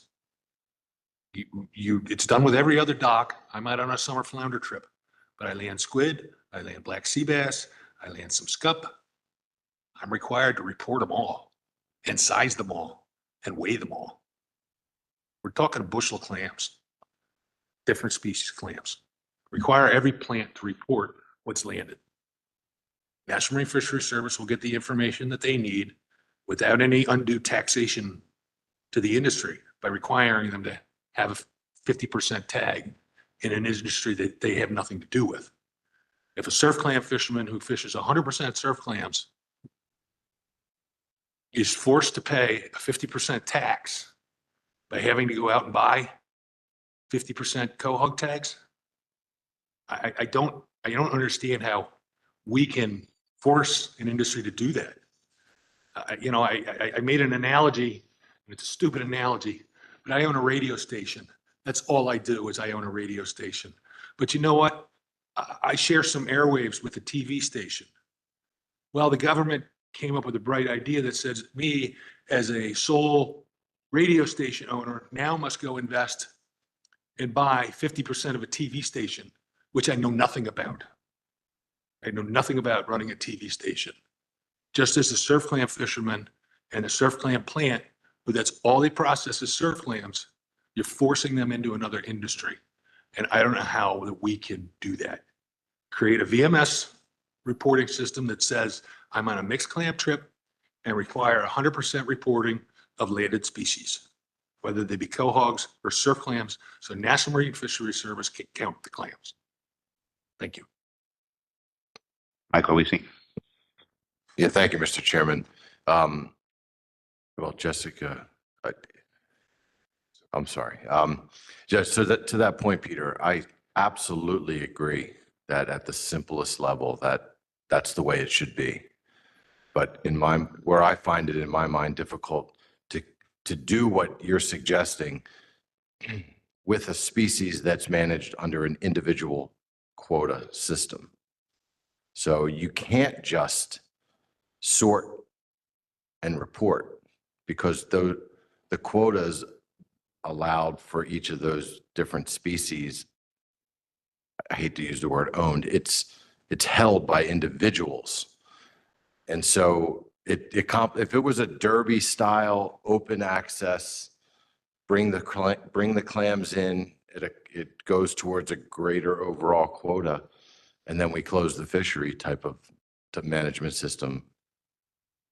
I could see that working, but the fact that it's individual just makes it challenging. I mean, maybe again, I'm missing something on the business side, but that's how I see that. Not to argue with you, Peter. I want to understand this before we have to make really difficult decisions in the next couple hours. Peter. In the limited access general category scallop fishery, that's exactly how we do it. That's exactly how we do it. Jessica. Yeah, I just wanted to make a point with the 30 meter and sort of that declaring in under the alternative 3. We included that under that alternative. And this is related to the at-sea catch monitoring or observing of those trips. It's relatively straightforward, I think, when those declarations come in to say you are required to carry a catch monitor if you were fishing seaward of this space. Well, it's still going to be a lot of implementation, but that's a relatively straightforward component. One of the challenges with alternative Form 5, when you bringing everything into the dealer facility and how those regulations might be crafted, particularly to have that shore monitor in there. In West Coast groundfish, you're required to have a shoreside monitor for all the catch that comes in. You're not allowed to receive cages unless, you are a permitted, you have a site permit, that you are a first receiver of those cages, and then you're required to have a monitor if you, not cages, fish. Sorry, fish, wrong fish, groundfish. You're required to have a monitor in that facility if you are receiving those fish. With a lot of these facilities, they're receiving catch from many different locations, often trucked from various places. So there may be a mix, and I know that there's a mix of folks that are fishing in their facilities shoreward of 30 meters and seaward of 30 meters that are all coming into that facility. So I could see challenges in terms of figuring out how to set up the regulations in a way that it's clear when you're required to have a shore monitor, when you're shoreside monitor, when you're not, because you got to be sorting all of those individual trips, and you may have multiple trips and product all in the facility all at the same time to run processing lines from multiple different locations. And I just wanted to point that out because that's one of the things that we did talk about, which is sort of that disconnect from the VMS declaring where you're fishing at sea versus what you're bringing into the facility, that you may have multiple trips in there all at the same time. So as a follow-up to Peter. Joe? Did I raise my hand? Or did I just move the mic west? So, I mean, I appreciate, maybe I'm ready for a motion, Mr. Chair. Let's start there. And then if I get a second, I will speak to it. I think we've had pretty robust discussion. So I would move to delay final action until a full stakeholder workshop was held that would include the FMAT and industry. At industry's request, they would also like Noah's Office of Law Enforcement, and so I would include that as part of the motion. I'm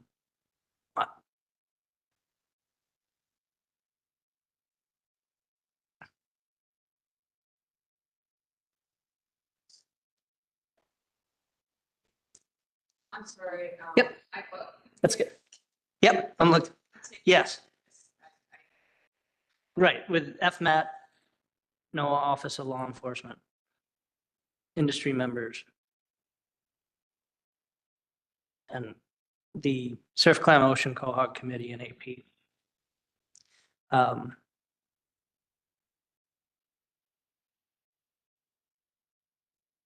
To better flesh out the implications of full retention and the shoreside monitoring.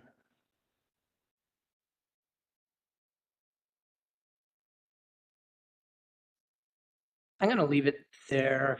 I'm open to any additions from council members that would like to see something else in here, but I'll look for a second. Thank you.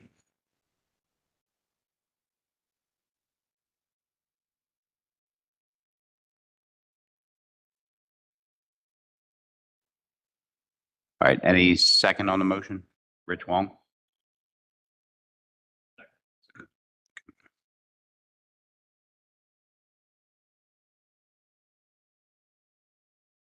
Before I go to the audience, any discussion around the table? Michelle?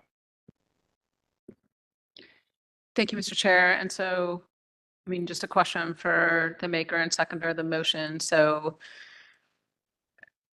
it seemed, I mean, I am supportive of a workshop. I think it does need to be focused, and looking at the language here, is the focus on alternative 5 then?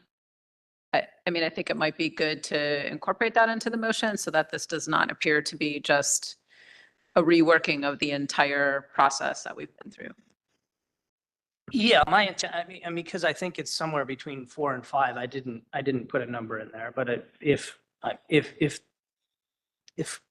I'm comfortable with adding that, that this would be, to improve on alternative 5.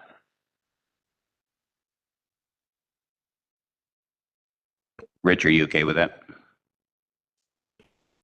Yes, Mr. Chair, and to further expand on that, it does seem that the industry and FMAT are zeroing in on a particular alternative here. So it's not to reinvent the wheel again and go through all the alternatives. So, and I think that's an important thing to consider because we're not starting over from scratch. Thank you. All right, Jessica, if you could get in there somehow or Michelle, go ahead. And I think maybe another thing, I think it would be helpful if this was focused on delaying final action until a date certain. I mean, I don't think that we want to have the appearance of trying to, kick the can down the road. I appreciate the fatigue around the table, that we have been trying to address this issue for multiple years, fatigue on the staff end of things, fatigue, on the agency end of things. But I think there are a lot of important questions that have come up, just between February and now, about the details of particularly the accounting piece of this, and hopefully we'll hear from industry shortly. I noticed under tab 10 and the executive director's report, the 2024 planned council meeting topics, this was originally, it looked like the meeting where we would be approving a public hearing document and then taking final action in October. So, maybe a little bit of feedback from staff on that. And I guess maybe some thoughts from you and Rich on, a delay in final action until when. Thank you. Hey, Joe. Well, yeah, and I would like to see, the results of this by October, certainly. But again, as Michelle said, I would leave that to staff on whether or not we believe that that's possible. Chris? Thank you, Mr. Chair. Certainly an important part of this conversation should relate to resources, staff and time. So I think everyone around the table knows that I'm down one staff person. And if I'm thinking about this motion as it relates to our schedule for the rest of the year in 2025, it's not likely that we could get everything done in time for an October decision. The only thing I could commit to at this point is a workshop scheduled for late 2024, given the workload that we have now. So maybe a workshop in October, basically looking at the results of that workshop in November, maybe December, and then early 25 for a final action. I mean, that's realistic. And certainly something that you should think about relative to this particular motion. Thanks.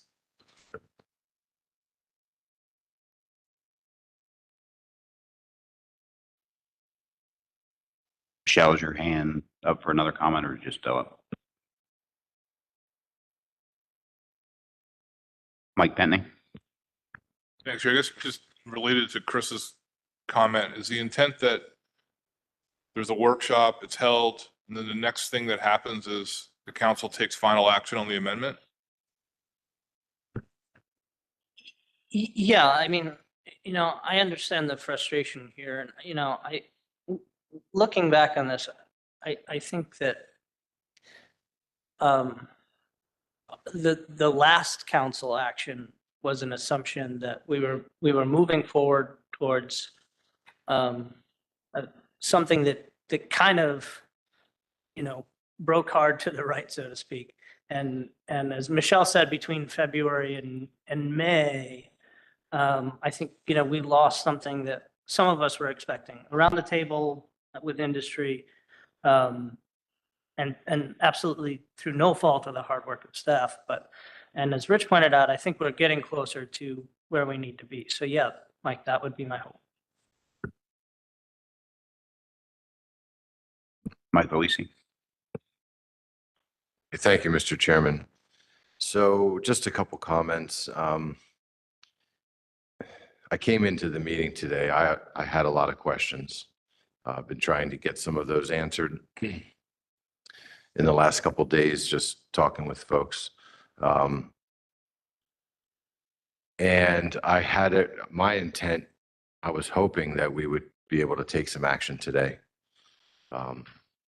Understanding the discussion around the table and hearing other people voice concerns with similar questions and some of the comments made regarding the sensitivity of modifications to this fishery on the economic side, on the business side, is certainly something that I would like to have some more understanding of before I'm prepared to make a final decision. So with that said, I'm leaning in the direction of feeling comfortable with a delay. I will call it what it is. It's a delay and a workshop. But where that's where I start to get concerned, because we've had other workshops. We've had years and years of time when this action has been occurring to find a solution. And I feel like we continually come back to the table to make a tough decision where there will likely be some sacrifices that need to be made. I mean, we have a changing environment and a business structure that goes back before that environment is in the current state that it's in. And we have fishing activity in places where there's mixing when it hadn't been that way in the past. And there needs to be some acceptance on behalf of the industry to come up with a strategy that is not the silver bullet that's going to solve every single problem or every single issue with this fishery. But we should be dealing with something that's relatively easy. This is it's a clam. It's in the ground. It doesn't go anywhere. There's nobody else that cares about the clam. There's no recreational fishery. We're not fighting about who's going to get what and what the MRIP values are on what kind of estimates are being taken into consideration for assessment work. This should be relatively simple, yet I understand how complex the business side of it all is. So if I support this, I'm going to wait and hear what others have to say. I really hope that by taking this action, and I would recommend that the industry, the FMAT, the enforcement, all the right people get in the room and lock the door. Just lock the door, order 50 pizzas, and don't come out until there is an option that is presented that maybe not everybody goes home and buys a new boat, but they go home with the understanding that this is an evolving climate and evolving and environmental conditions that we're all facing. And there are going to be challenges and there are going to be sacrifices in order to advance a business that was built on a different model from years ago into the future. And if that understanding, if folks can come back to us with an industry recommended option that meets the requirements and meets the requirements, in my opinion, are third party monitoring on an ITQ, that I believe that's critical, to have some other entity confirming what it is that individual is harvesting. And if we take away sorting on the boat, which that doesn't sound like it would be if we focus on dealing with this at the docks and we keep the 4 and 5 into perspective and try to craft some alternative.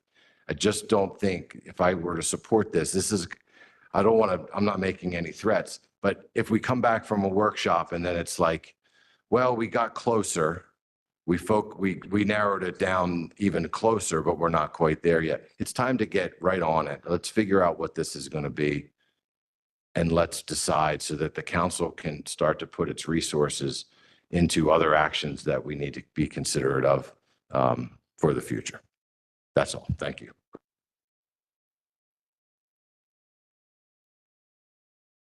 Ken Neal. This was an issue when I first was, my very first meeting that was presented as something we need to do soon. Because under the current regulations and the way the clam population had changed, industry was actually operating illegally. And so we're still at a point where the regulations we have now, you guys that are out there clamming, you're doing it illegally. You know, if you're catching more than one species of clam, they could write you a ticket, and that was an industry's concern. And so we're still talking about just going along and putting it off. And you know, I don't disagree with trying to get things right, but it's, you know, you were doing this before I was here, and you might be doing it after I'm gone. The way this thing looks, it was very eye-opening at the speed decisions are made here. You know, I was used to the state level. We're a little quicker. So anyway, that's my comment. Right now, you guys are out there, and whoever's claiming, you're breaking the law. And so we're trying to change the law so you're not breaking the law. And it seems to become a very difficult thing, that's totally amazing to me. Joe. Thank you, Mr. Chair. I apologize to everyone for a second bite at the apple. Vice Chair had a very impassioned comment there. And I think, Mike, in my opinion, the small world that we're dealing with, that's every reason why we should be working to get this right. And more than anything, it's the fact that we have a comfort level with this resource. You know, for the next 30 years, we may not deal with a situation where we have that comfort level. Time and time again, we may be dealing with, much tougher situations and uncertainty. And so I think that's exactly why we need to take some time to get this right. I hear folks again and again say, well, we don't want to get into these allocation fights. And that's our job now. Revisiting allocation every 3 years is our job. If we're going to sit around this table, we have to put in the time. We can't just say, well, we've spent too much time on it. We don't have a solution. Let's move on. So I really think that this is the absolute best chance that we have of doing what we can for a fishery. I agree with all the things that you said on it's time to move forward and this, getting this right has to happen. We'll never get this perfect. So moving forward with a solution has to happen. And it's just, I think, we still need to take this time. Thank you. Jessica. So just two comments. One, I just want to comment on the groups that are listed on the motion here and point out that these groups have already met multiple times through multiple iterations and combinations. We had an FMAT meeting with OLE, GARFO, APSD, port agents that many of our advisors attended. We've had FMAT meeting with advisors. We've had advisors meeting with committee. We've moved through some of these, and some of these implementation questions that you're asking are going to be challenging for some of these individuals to answer without getting other groups into the room as well. So to implement a brand new shoreside monitoring program in the Northeast that's never existed, I think you have to get the center involved, and you have to get observer and monitoring program staff involved that would actually be involved with some of the implementation questions and figuring out how those might work. So I think the group of entities that would need to be involved to do this would need to be much more involved because those are the folks that would get involved on the implementation end where you would figure all of these things out normally. And I also just wanted to ask the service, because I kind of know how long I think this would take, but even on the implementation end, when we're talking about how long things take, I'm thinking maybe even if the council picked something as a preferred after a workshop, we're looking at probably 2 years of implementation to work through all the steps and the strategies and develop a new program and the regs and train personnel to execute, you know, these activities, because training someone, we don't have a shoreside program, so training people to go on vessels and the training for putting them into dealer processor facilities is probably going to be a little different. So I'd like to hear what the service thinks on implementation. You know, for either the new shoreside monitoring or even if you did the at-sea monitoring, I think there would be a lot of implementation involved in any of these.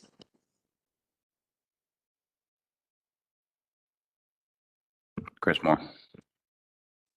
Thank you, Mr. Chair. To follow up on Mike and Mike's earlier comments, I have a question for the makers of the motion and perhaps the council. I'm not going to speak in favor or against this particular motion, but if you read it, it implies that the council's making a decision that of all the alternatives that we've looked at, of all the things we've talked about, we want a workshop focused on alternative 5. So is that a de facto decision that that's the path we're going to go down?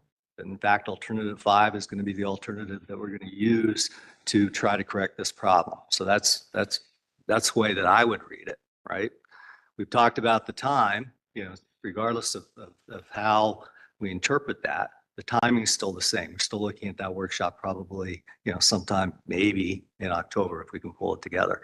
But the bigger question is the one that I asked earlier. Are we making a de facto decision that in fact alternative 5 is the way to go? And I don't know if Joe, if you want to speak to that, or Rich, but it would be very helpful because we need to frame this workshop in the way that it makes sense for the council. We need to frame the workshop so in fact, once we're done with it, we can come out with the output we need to make whatever final decision this council is going to make. So if it's, we're opening it up to all kinds of alternatives, that's a very different workshop. If it's, we're looking at, you know, how to implement alternative 5, that's a very focused workshop that we could make happen in October. Thank you. All right, Rich, and then we're going to take a quick break right after that. Rich. Thank you, Mr. Chair. Okay, to answer Chris's question, that is my impression from the industry, that they are interested in alternative 5. But I mean, I wouldn't say that we would limit that conversations to only alternative 5, because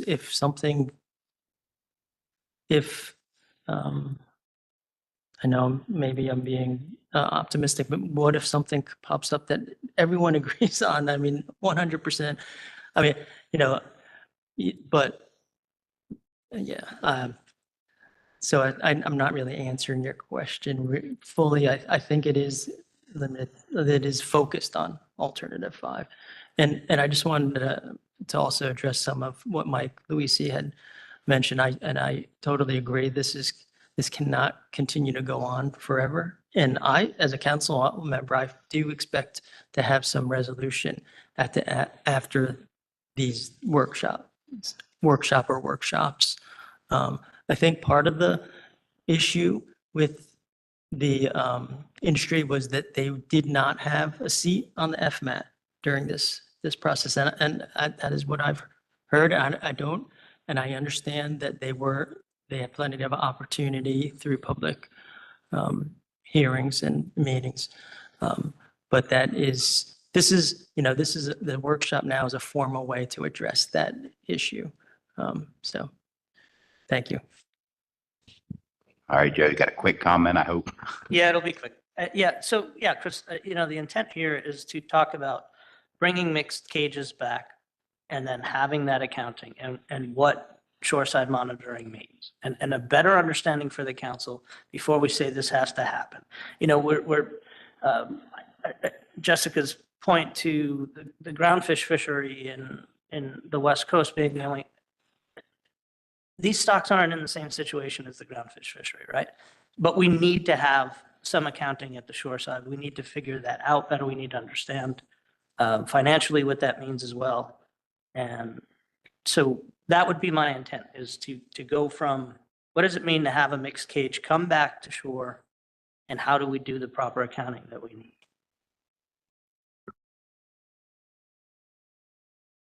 All right, with that, let's take a quick break. We'll come back at 11:15 and get this figured out. And then we'll go to public comments.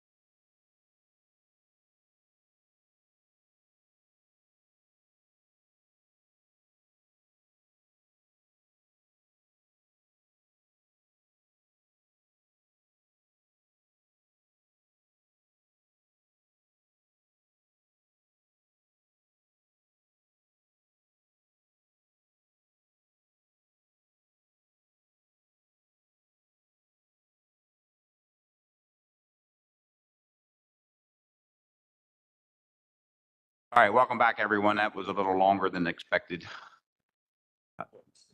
We're going to go to, is there any more, before we go to the public, we're going to go to the public. Is there any questions for Jessica first before we go to comments? Is there any questions for Jessica from the public? James Fletcher, I see your hand up. Do you have a question or a comment? My question is, since we're going around this and it's an ITQ fishery, and North Carolina was not part of the Mid-Atlantic Council when this became a plan, is there anything in Manguson that would, for Jessica or for Mike, that would prevent the council from writing an entirely new plan with the idea to adjust protecting the resource,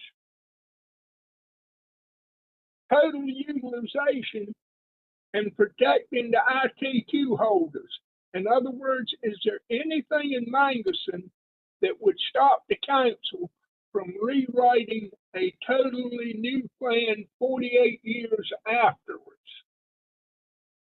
It's an outside of the box thought, but much of what's being considered and stuff is constrained by the existing plan. If you wrote the new plan with just the idea of protecting the resource, total utilization, and protecting the ITQ holders, is there anything to prevent the council from considering that?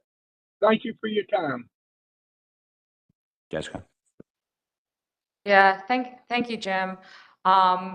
No, in terms of the ITQ program, it's a limited access privilege program. And if the council wanted to, with the service, wanted to change that program or remove the ITQ program in lieu of a different form of management, they would have that ability. Again, because it's a limited access privilege program. Thanks, Jim. All right, we're going to go to the public for comments. When you come to the mic, speak your name. Dan. And also who you represent. Yeah, my name's Daniel Lavecchia. I represent La Monica Fine Foods. Good morning, everybody. Thank you, Mr. Chairman. I had a presentation here, but I was told it's not going to be put up today. So I'll just go through the high points of it. I think all of you have it in front of you. So our industry combined, part of it, we've been in the decline for 20 years. If you look at the second page, we're going to go back and forth a little bit. If you look at the back of that page, in 2003, we landed, this is in meat sales, 31,526 metric tons.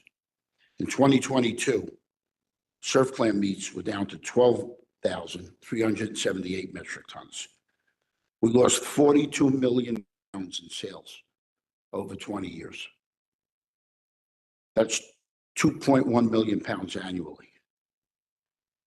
Ocean Quahog meat, in 2003, we sold 18,815 metric tons of Quahog meat. And in 2022, we were down to 11,200 metric tons. We lost 16,800,000 pounds in sales. We're an industry in decline. I mean, if this was your 401k, you would have been out 17 years ago. Frankly, I don't know why I'm still in it. But we can't continue this way. I mean, clam meat it's sold in two ways. It either gets ground up and goes into chowder, or we strip it, and you have to pretty much hand chuck it to strip it, and it goes sold as clam strips.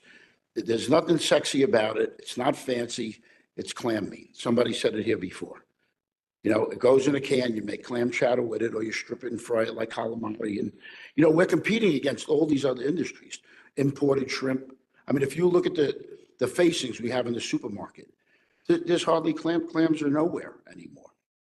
Clam chowder, and again, I'm jumping around. If you look at the pictures, the national brand packers are down to less than 1 ounce a can of clam because of the expense of clam meat. This is supposed to be an inexpensive protein. And it's not. It's become an expensive program. It's not scallops. It's not striped bass. It's not flounder. You can't wrap it around some crab meat and sell it for $28, send it a plate. You know, and then I'm only in the Surfclam business. You want me to go lease Quahog allocation? Suppose that person doesn't want to lease it to me. Nobody, there's no enforcement that says they do have to lease it to me, is there? It's a rhetorical question, but suppose they don't want to. What do I do? Then I'm going to have to violate the law, and then I'll get fined out of business. Either way, I'm going out of business. I don't think your intention is to put me out of business, but it's going to be the result of an action that either drives the price of clam meat so high that, you know, we can't survive or sell clam meat anymore. And, or I'm not going to be able to secure the Quahog allocation to be able to land Quahogs. And all the Quahogs I get, Mike, I have to throw it because I have no way of shucking that Quahog. So if my boats bring in, I don't know, I landed 150 cages at the beginning of the week. If there's 2 bushels in a cage, and I don't know how many are in there, I'm fabricating the number. What is that? 30 bushels? 300 bushels? That's 10 cages. I have to send to landfill. It's a waste. There's no conservation there. The reason the guys on the boats probably aren't reporting it because there's no mechanism on the boat to measure a clam discard. You know, we buy in bushels, we sell in pounds. If you had 5 fish, you can estimate some clams there's 100 to a bushel, some clams are 140 to a bushel, some clams are 80 to a bushel. So it is a simple industry, but it's a complicated process. You know, hand shuckers don't operate the same way machine shuckers do. And, you know, the whole thing about discarding a clam off a boat, like after the shaker, there's one person on the conveyor belt. There's 4 people on a clam boat. One's at the wheel, one's on deck. How much can one person discard off a conveyor belt? Not 4.5 million bushels, I'll tell you that. That's if every boat in the whole industry was out there doing it. So I don't know what to do if I have to go lease a Quahog tag and I can't get one. I understand I may have to go get some. It's easy to get some, but I guess the word is, you know, I hold 420,000 bushels of surf clams. So that means I'm going to have to go out and lease or buy 210,000 bushels of ocean clam allocation. Now I'm saying $1. That's what I remember the price was years ago when I was in the Quahog business. Yeah, Dan, you got to wrap it up. Okay, but this is important, Mr. Chairman, because we're facing extinction in this industry. And I think you all need to understand the business that you are all regulating. And if you want me to wrap up, I'll wrap up, but I'd like to continue talking. I've been coming here for 45 years. I've never taken any time from anybody. I'd like to have my 10, whatever I need to sum up my, whatever this is, my presentation. So I have to go lease 210,000 bushels of ocean clams. That's at $1. That's $210,000. That's not a little bit of money to me. It's not. And the industry, the numbers really don't even work because there's 3,400,000 bushels of surf clams. Okay, that means the whole rest of the industry has to utilize 1,700,000 bushels of ocean Quahogs just to tag clams that they may or may not catch. Conversely, there's 4.5 million pounds of ocean clams, maybe 4.45 million. I don't know that exact number, which means those companies have to have 2,250,000 bushels of surf clam tags on their Quahog landings. So I don't know about going through with Amendment 5 on, I don't know if that's going to work. So I wouldn't like to lock in to something in a workshop. I don't, and with all due respect to everybody here, I don't want to delay this. There's no financial gain from the clam industry from delaying this. We don't want to break the law. I mean, the clams moved in with the other clams. We don't want that. A bushel of surf clams is $25. A bushel of ocean clams is $12. Why would I want bushels of ocean clams, $12 ocean clams at a $25? I'm paying my boat and my crew for surf clams, and I may be getting ocean clams. We don't want that. But in any event, I'll get to the heart of the matter. If you just do what's in the way Alternative 5 is written now, you'd raise the price of clam meat. If you put no quahogs in a cage of surf clams, you'd raise the price of surf clam meat 6 cents a pound. If you had 8 bushels in a 32 bushel cage of surf clams, you'd raise the price of surf clam meat $1.02 a pound, or $294 a cage. If you had all 16 bushels of ocean quahogs in a cage of 32 surf clams, you'd raise the price of that cage $563.36 a cage, or $2.93 a pound, additional for surf clam meat. But we won't sell it at that price. They'll buy something else. I'll wrap up, and I thank you for the time, Mr. Chairman. If you just go back to this page of where the pictures are of the national canned soups. So everybody knows these brands. I'm not going to mention them in public. We're down to less than an ounce a can of clam meat in an 18-ounce can of soup. It used to be 3.5 ounces.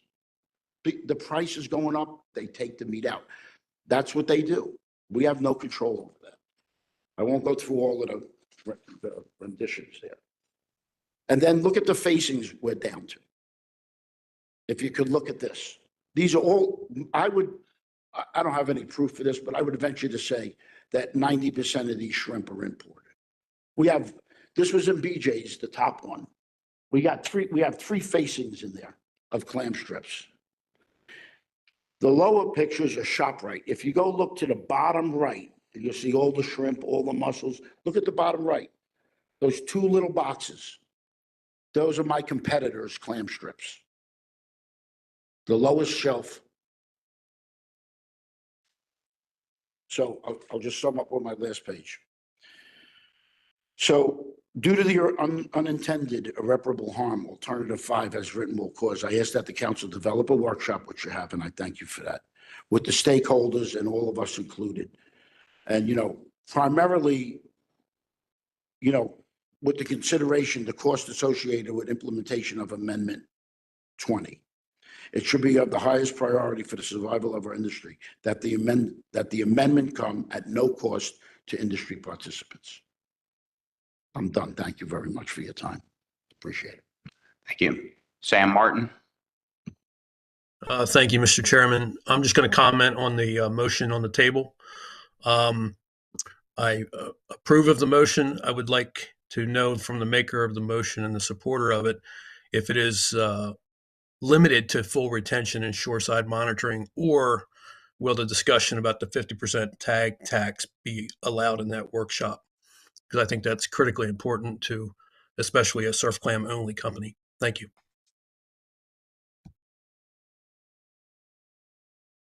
Joe. Yeah, no, absolutely. Right. So yeah, actually stating Alternative 5 creeping in here has been a complication to me, I guess. I think that absolutely has to be part of the discussion is the 2-tag system.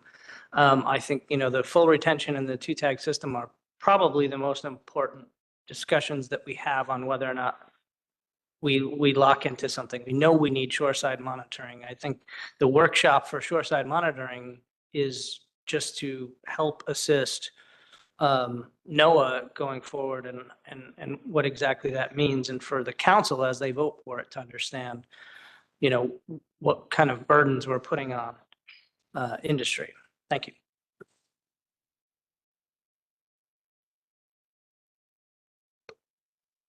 Any more comments from the audience? Come on up, Tom.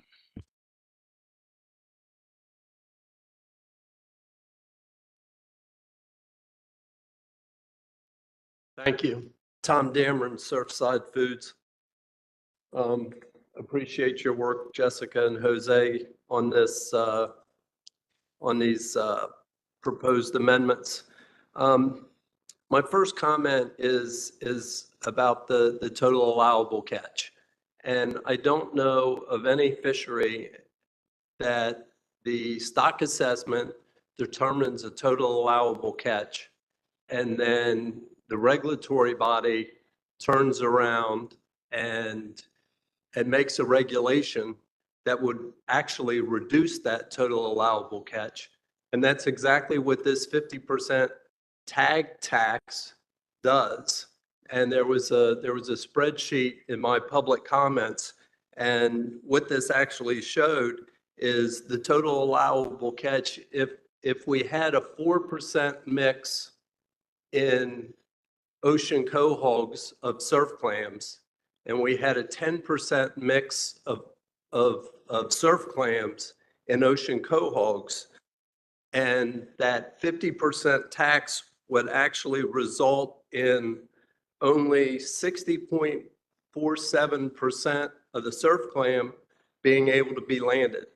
So you're missing almost 40% of your total allowable catch only because of the regulation put into place. And you'd be losing almost you'd be losing almost a third of the ocean quahog total allowable catch because of the 50% tax on that surf clam tag. Another point I'd like to make, the February 2024, when industry suggested alternative 5, it was stated by staff that this was a concept, and we needed to find out how to make that concept work. And that is where this 50% tax came into being. I have to note that that 50% tax didn't come into being only for alternative 5, but it also came into being for alternative 3 and alternative 4. That was not presented to the council, and what the council approved to go out to public comment in that meeting. Another point was made that the surf clam and the ocean quahog databases do not talk to each other, and that's a problem. And why do they not talk to each other? They don't talk to each other because this problem was not foreseen by this council, by National Marine Fisheries, or by the industry, and it was set up to be separate because there was no way that there was ever going to be mixing because these species were separated by so much distance. So we're in a situation here where we're dealing with a climate change issue. And because of that, our climate scenario planning, we have to have some flexibility. And if flexibility means more time to figure it out, I think we need to take that time to have a little regulatory pause and figure it out.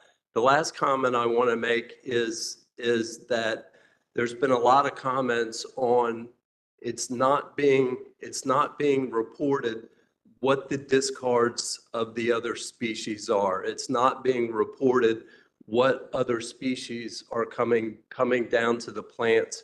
And the simple reason for that is because on the books, there's a law that says you can't have these mixings, right? If a plant reported, I got 100 cages of surf clams, but actually there was 1 cage of quahogs there, you're basically saying the vessel that sent those clams down was in violation. And when we got the regulatory pause, we knew we weren't going to get busted for this amount of mixing until we figured that out. And nobody said to the industry, but we'd like you to report these. If we were told, look, we want you to report the discards of quahogs, we want you to report the discards of surf clams. Industry could have easily done that, but because it was illegal to land those, we took the regulatory pause as regulatory pause, and that's the reason that that wasn't reported. Last point. On the importance of our margins in this business, if I have a boat that breaks down and he is 1 or 2 cages short of a full truckload, we will put that short truckload in a cooler and ask another boat to bring in 1 or 2 extra cages so that we can even that up. And that's how important it is that those trucks move with the maximum amount that they can legally carry down the highway, because our margins are just that thin, that it is that important that those trucks travel full. So if a hand shuck plant has 2 cages, 6 cages, it's not worth it to them to put that into a refrigerated truck and send that to an ocean quahog plant that's miles and miles away. It just doesn't make economic sense. Thanks for your time.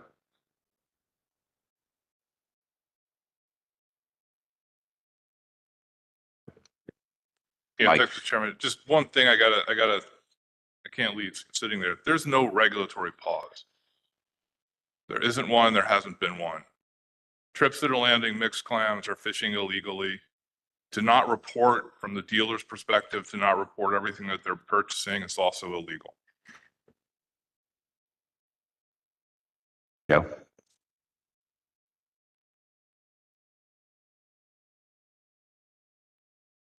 Ghost in the machine. Oh, they're doing. Sorry. Wrong, Joe Myers. Thank you, Mr. Chair. Thank you, members of the council, the committee, and staff for all your hard work on this effort. I'll keep my comments very brief, and I'll keep them only additive to things that we haven't covered before through the series of public and written comments. So the first thing I'd like to touch on is it kind of gets to your point, Mr. Luisi, about where the costs go. Tom Dameron talked about the trucking and touched on that. We're in a position where Sea-Watch International, and I'm the Director of Innovation and Sustainability there, Joe Myers. We're in a position where we can process both species, but if we were not, we would have to deal with that liability of the additional incremental species.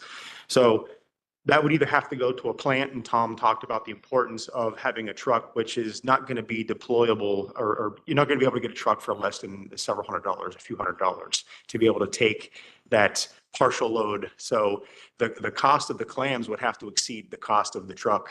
And then if not, then you would be left, one would be left with disposition of that clam into a landfill or something like that. And there's still costs that go along with that, tipping fees, trucking costs, that kind of thing to the dump. So it does end up in the cost of goods of the product. That is additive to whatever cost recovery is added to it. And that all has to be absorbed by the product that is actually going to be saleable. So it all goes into the cost of goods, and others have talked about the margins that we operate on. So I'll say that we do have multiple points of traceability. So when a truck leaves the dock, goes to the plant, not only do we have the cage tag, we have the sealed tag on the trailer itself. We also have the ISSC traceability in place there. So we know very well where those clams are going to go, and we can fully account for them, because if we couldn't, then we would not be able to employ our trace specs that we do multiple times per year, whether it be through shellfish sanitation or through any one of the third-party certifications that we have.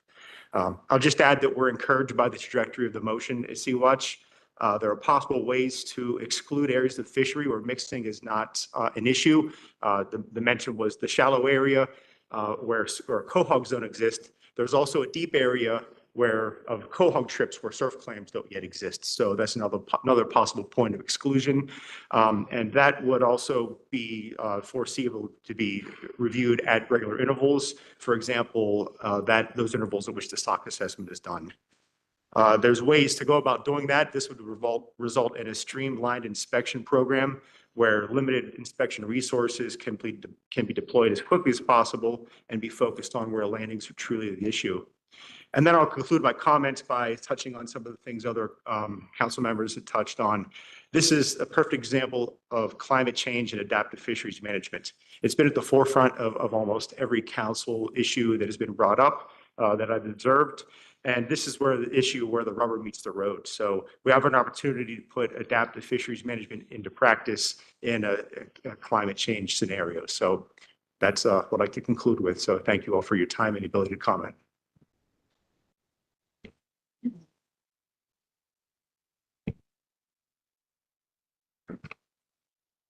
Seeing no more hands, Mike Luisi. Yeah, thank you, Mr. Chairman.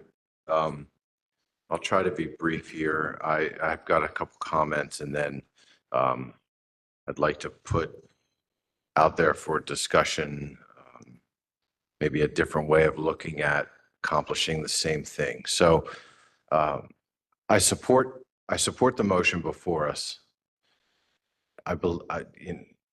In listening to what I've listened to today, hearing from the industry, from the staff perspective, and the questions that were asked around the table, I still think there are details that need to be worked out. And I think a workshop's a great opportunity to work those details out in a less formal setting, where ideas can be discussed, debated, and all of the conditions for which the industry would have to comply there'd be an opportunity to voice concerns, pros and cons, either way, as we move forward.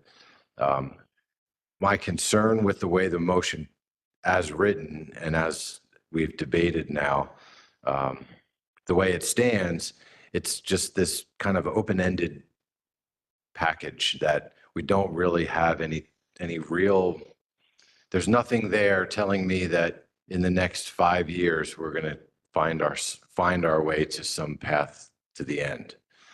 And because of that, I think that there's another process that we can go through that gets us, that will highlight the direction that I'd like to see this council go, but provide some opportunity for further development. And if you just hang in there for a second, I think we can get there. I'm going to make a motion.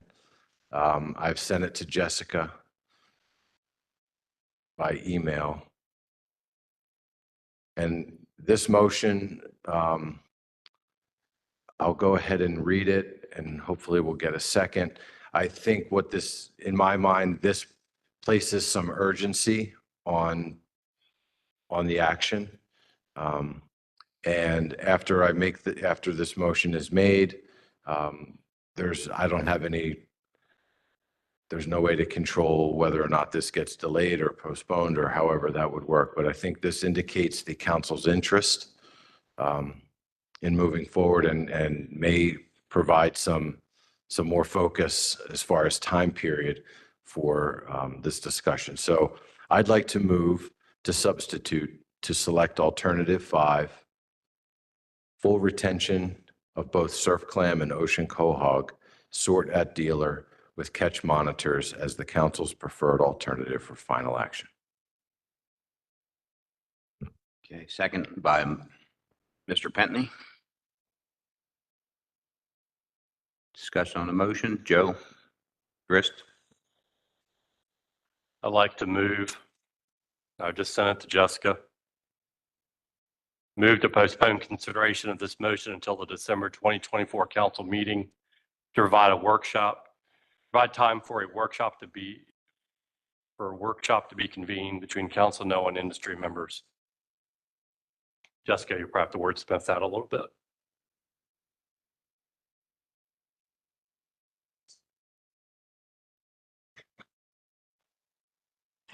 Yep. Yeah, so move to postpone consideration of this motion until, The December 2024 council meeting I'll get that in there. Thank you.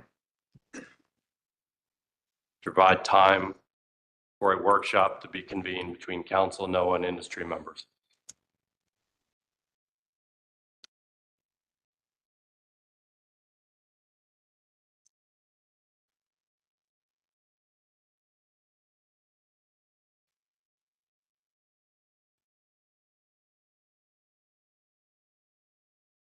Did I get that?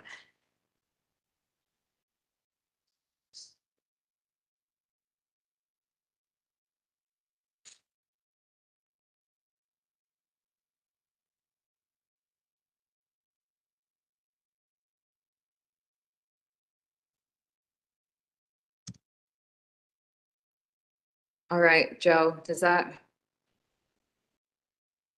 reflect what you said? Yes, thank you. Great, thank you.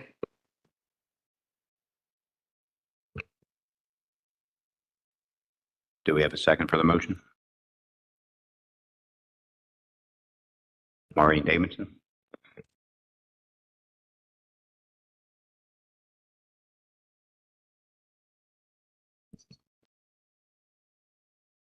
Discussion on the motion? Joe? I'll be brief. I think all the points made at this table have been very good today. I think there is need for the workshop to occur, but there's also a need for a time certain to take action. So I make this motion so we can have the workshop, have the discussion, but with certainty in December, we're going to bring this back up and get to some type of finality on this issue. Maureen? Thank you, Mr. Chair. I agree with what has been said here at the table before, but we also notice that we don't have an agreed upon path to take yet. There's still some discussion even about what seems to be the most preferred motion. So I would think that I would like to take just a little bit more time to see if we can't come to a more certain position on number 5, or are we going to go with another one, which I don't think, but I would like to see some of these issues ironed out before we select our solution. Thank you. Adam? So just a procedural question here, since this motion to postpone specifically reference this motion, which I assume is the motion to substitute, where does that leave us with the original motion? Does this implicitly postpone both of them? Is a better way forward here just to remove of this motion and just go with postpone further consideration? I'm just not sure, since we're specifically moving to postpone a single motion, where that leaves us here. Don? I think my understanding of the maker's intent is that it's to postpone consideration of the motion to substitute. It is kind of an interesting wrinkle, though, where you have that's tied to another motion. I think we can sever it and just say we'll deal with it in December, whether we need to change it from a motion to substitute to something else at that point. I think we can do it that way. Adam? So to be clear, the legal advice under this would be that we're postponing the substitute motion, and thus the underlying motion is also being postponed. No, that's not what I meant. When I said severed, I meant that we're severing the motion to substitute from, we're putting that off until December. Whether that will be still a procedurally valid posture for it to be in December is a question to be decided. That will be determined then. but we're severing this away at this point in time. So I think we can take up the original motion. And then in December, we may need to do something to this motion that's been postponed to put it in a better procedural posture if in fact the original motion is no longer pending. So if this motion is passed, we're then going to go back to the original motion. Yeah, that's the intent, yeah. Michelle Duval?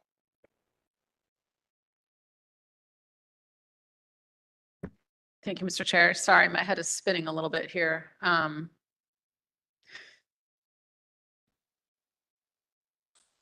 So I guess I want to make sure that the selection of alternative 5 as a preferred, my concern is that, you know, as Joe Semino stated earlier, the crux of the issue that we're really grappling with here is the accounting and this dual tag system. I think, you know, the shoreside monitoring can be worked out. You know, the full retention is a less complicated piece of it. I think the bulk of the conversation is going to need to revolve around the accounting and the dual tag system. And I think my concern about the substitute motion is that we would be locked into that dual tag system as it is described. So I just want clarity on the record that that would not be the case. Mike Bentley? Yeah, thanks. I mean, to try to answer your question, I think procedurally, the first thing that'll happen in December is the motion to substitute comes up. It's a motion to select preferred alternative alternative 5 for final action. Next thing that might happen is somebody moves to amend or moves to substitute for a different alternative. But what's committed to is that in December, we're committed to, there's going to be a motion on the floor to select alternative 5 as the preferred alternative. Where it goes from there is normal council, you know, rulemaking or motion making process.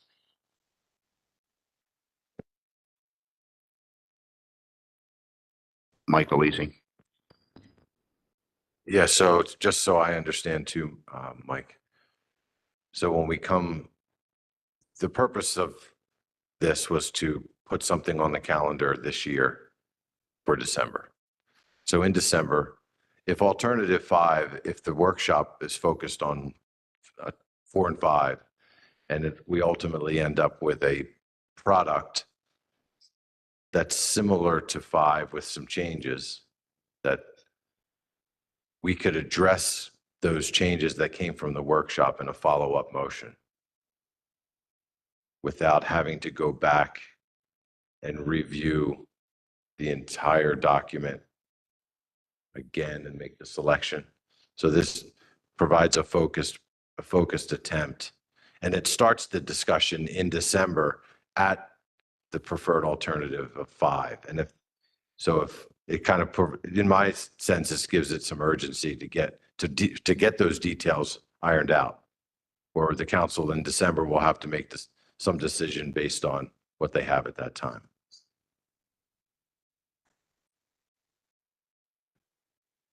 I think probably to get it worded right, we may have to move to postpone consideration of the substitute motion until the December 2024. Does that sound correct?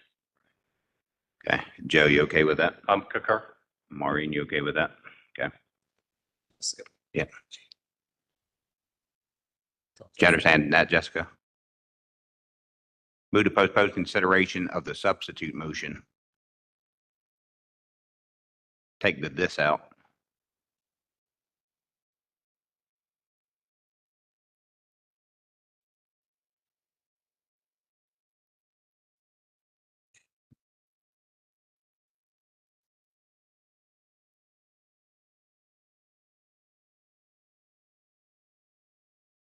Maureen?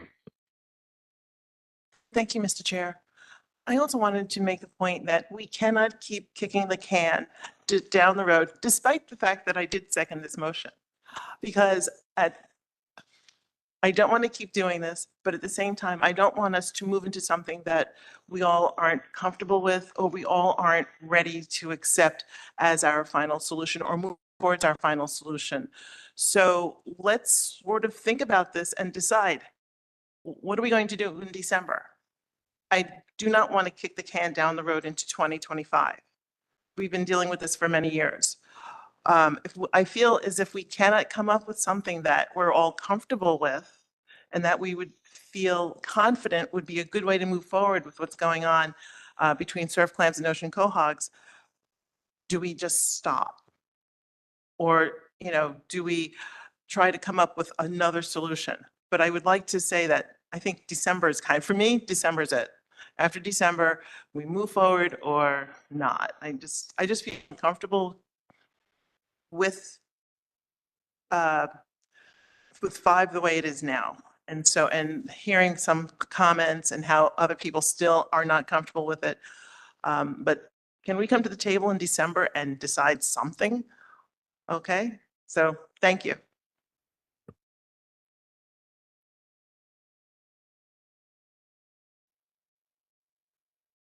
All right, now that the waters are probably more muddied. Let's go ahead and bring this to a vote. I think there's been enough discussion.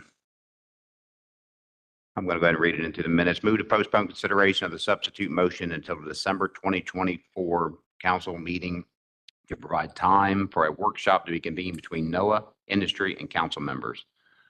All in favor, please raise your hand on the computer.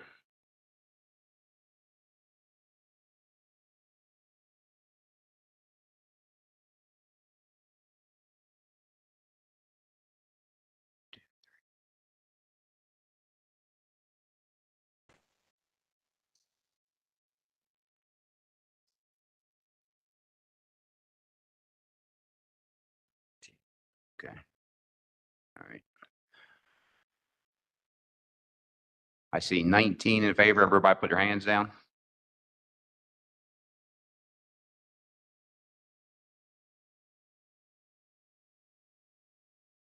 You had your hand raised too, but not on the computer, correct? Okay, so 20. I'm sorry, 20. And if there's 20, that means there should be no opposition. Any opposition? Shouldn't be. Any abstentions? No. So the motion passes 20-0.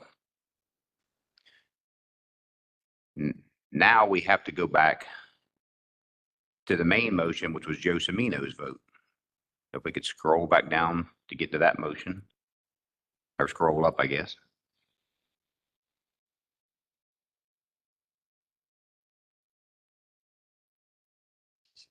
Yeah.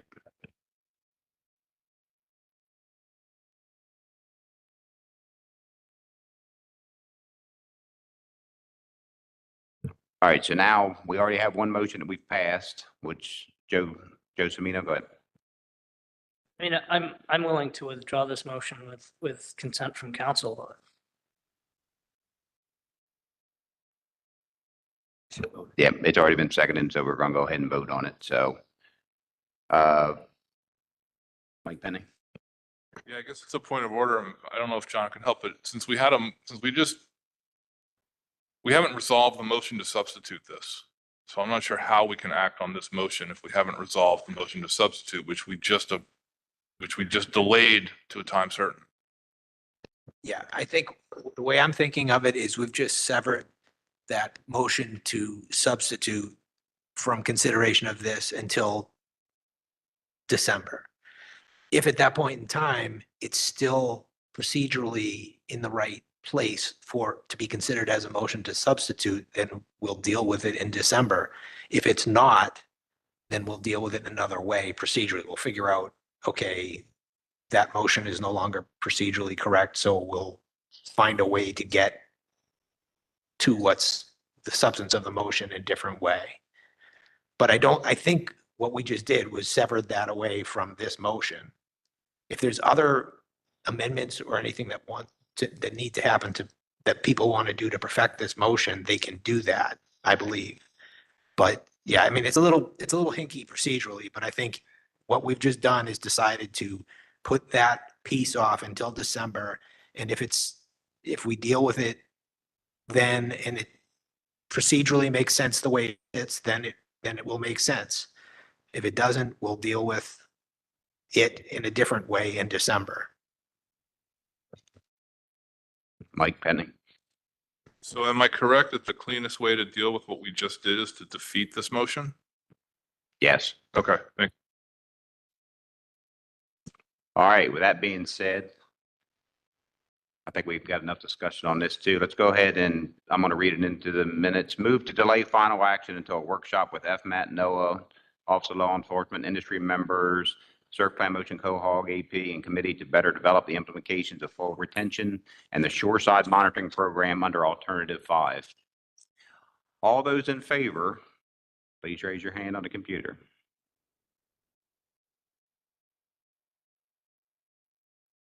Seeing none. All those opposed, raise your hand.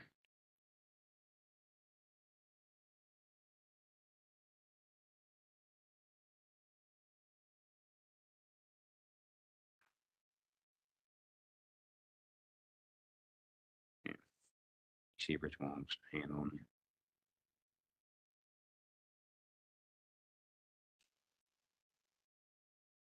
See Rich Wong on there.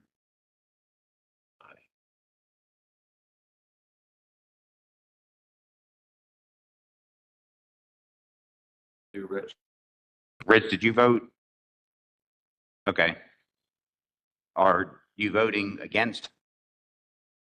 Or not? Are you going to abstain? Okay. All right, so 20 nays.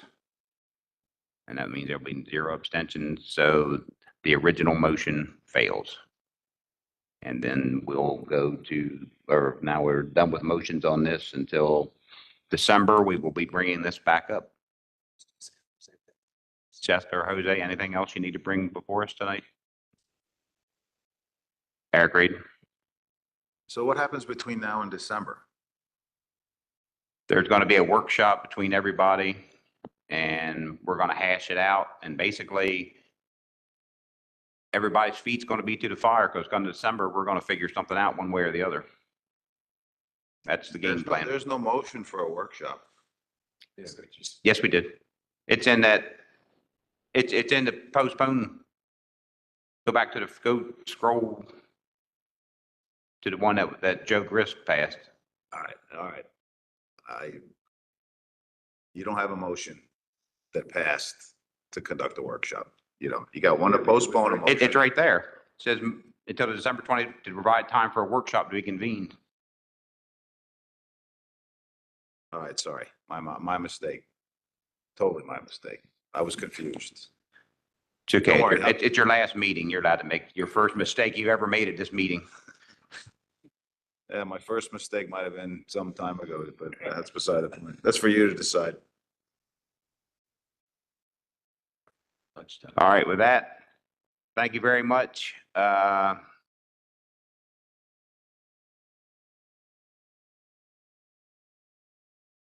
right, let's postpone lunch. We'll be back at 1:30 and we'll start back with the afternoon agenda items. Thank you. Or not postponing lunch, yeah. I'm postponing, you know what I meant. God knows I need lunch.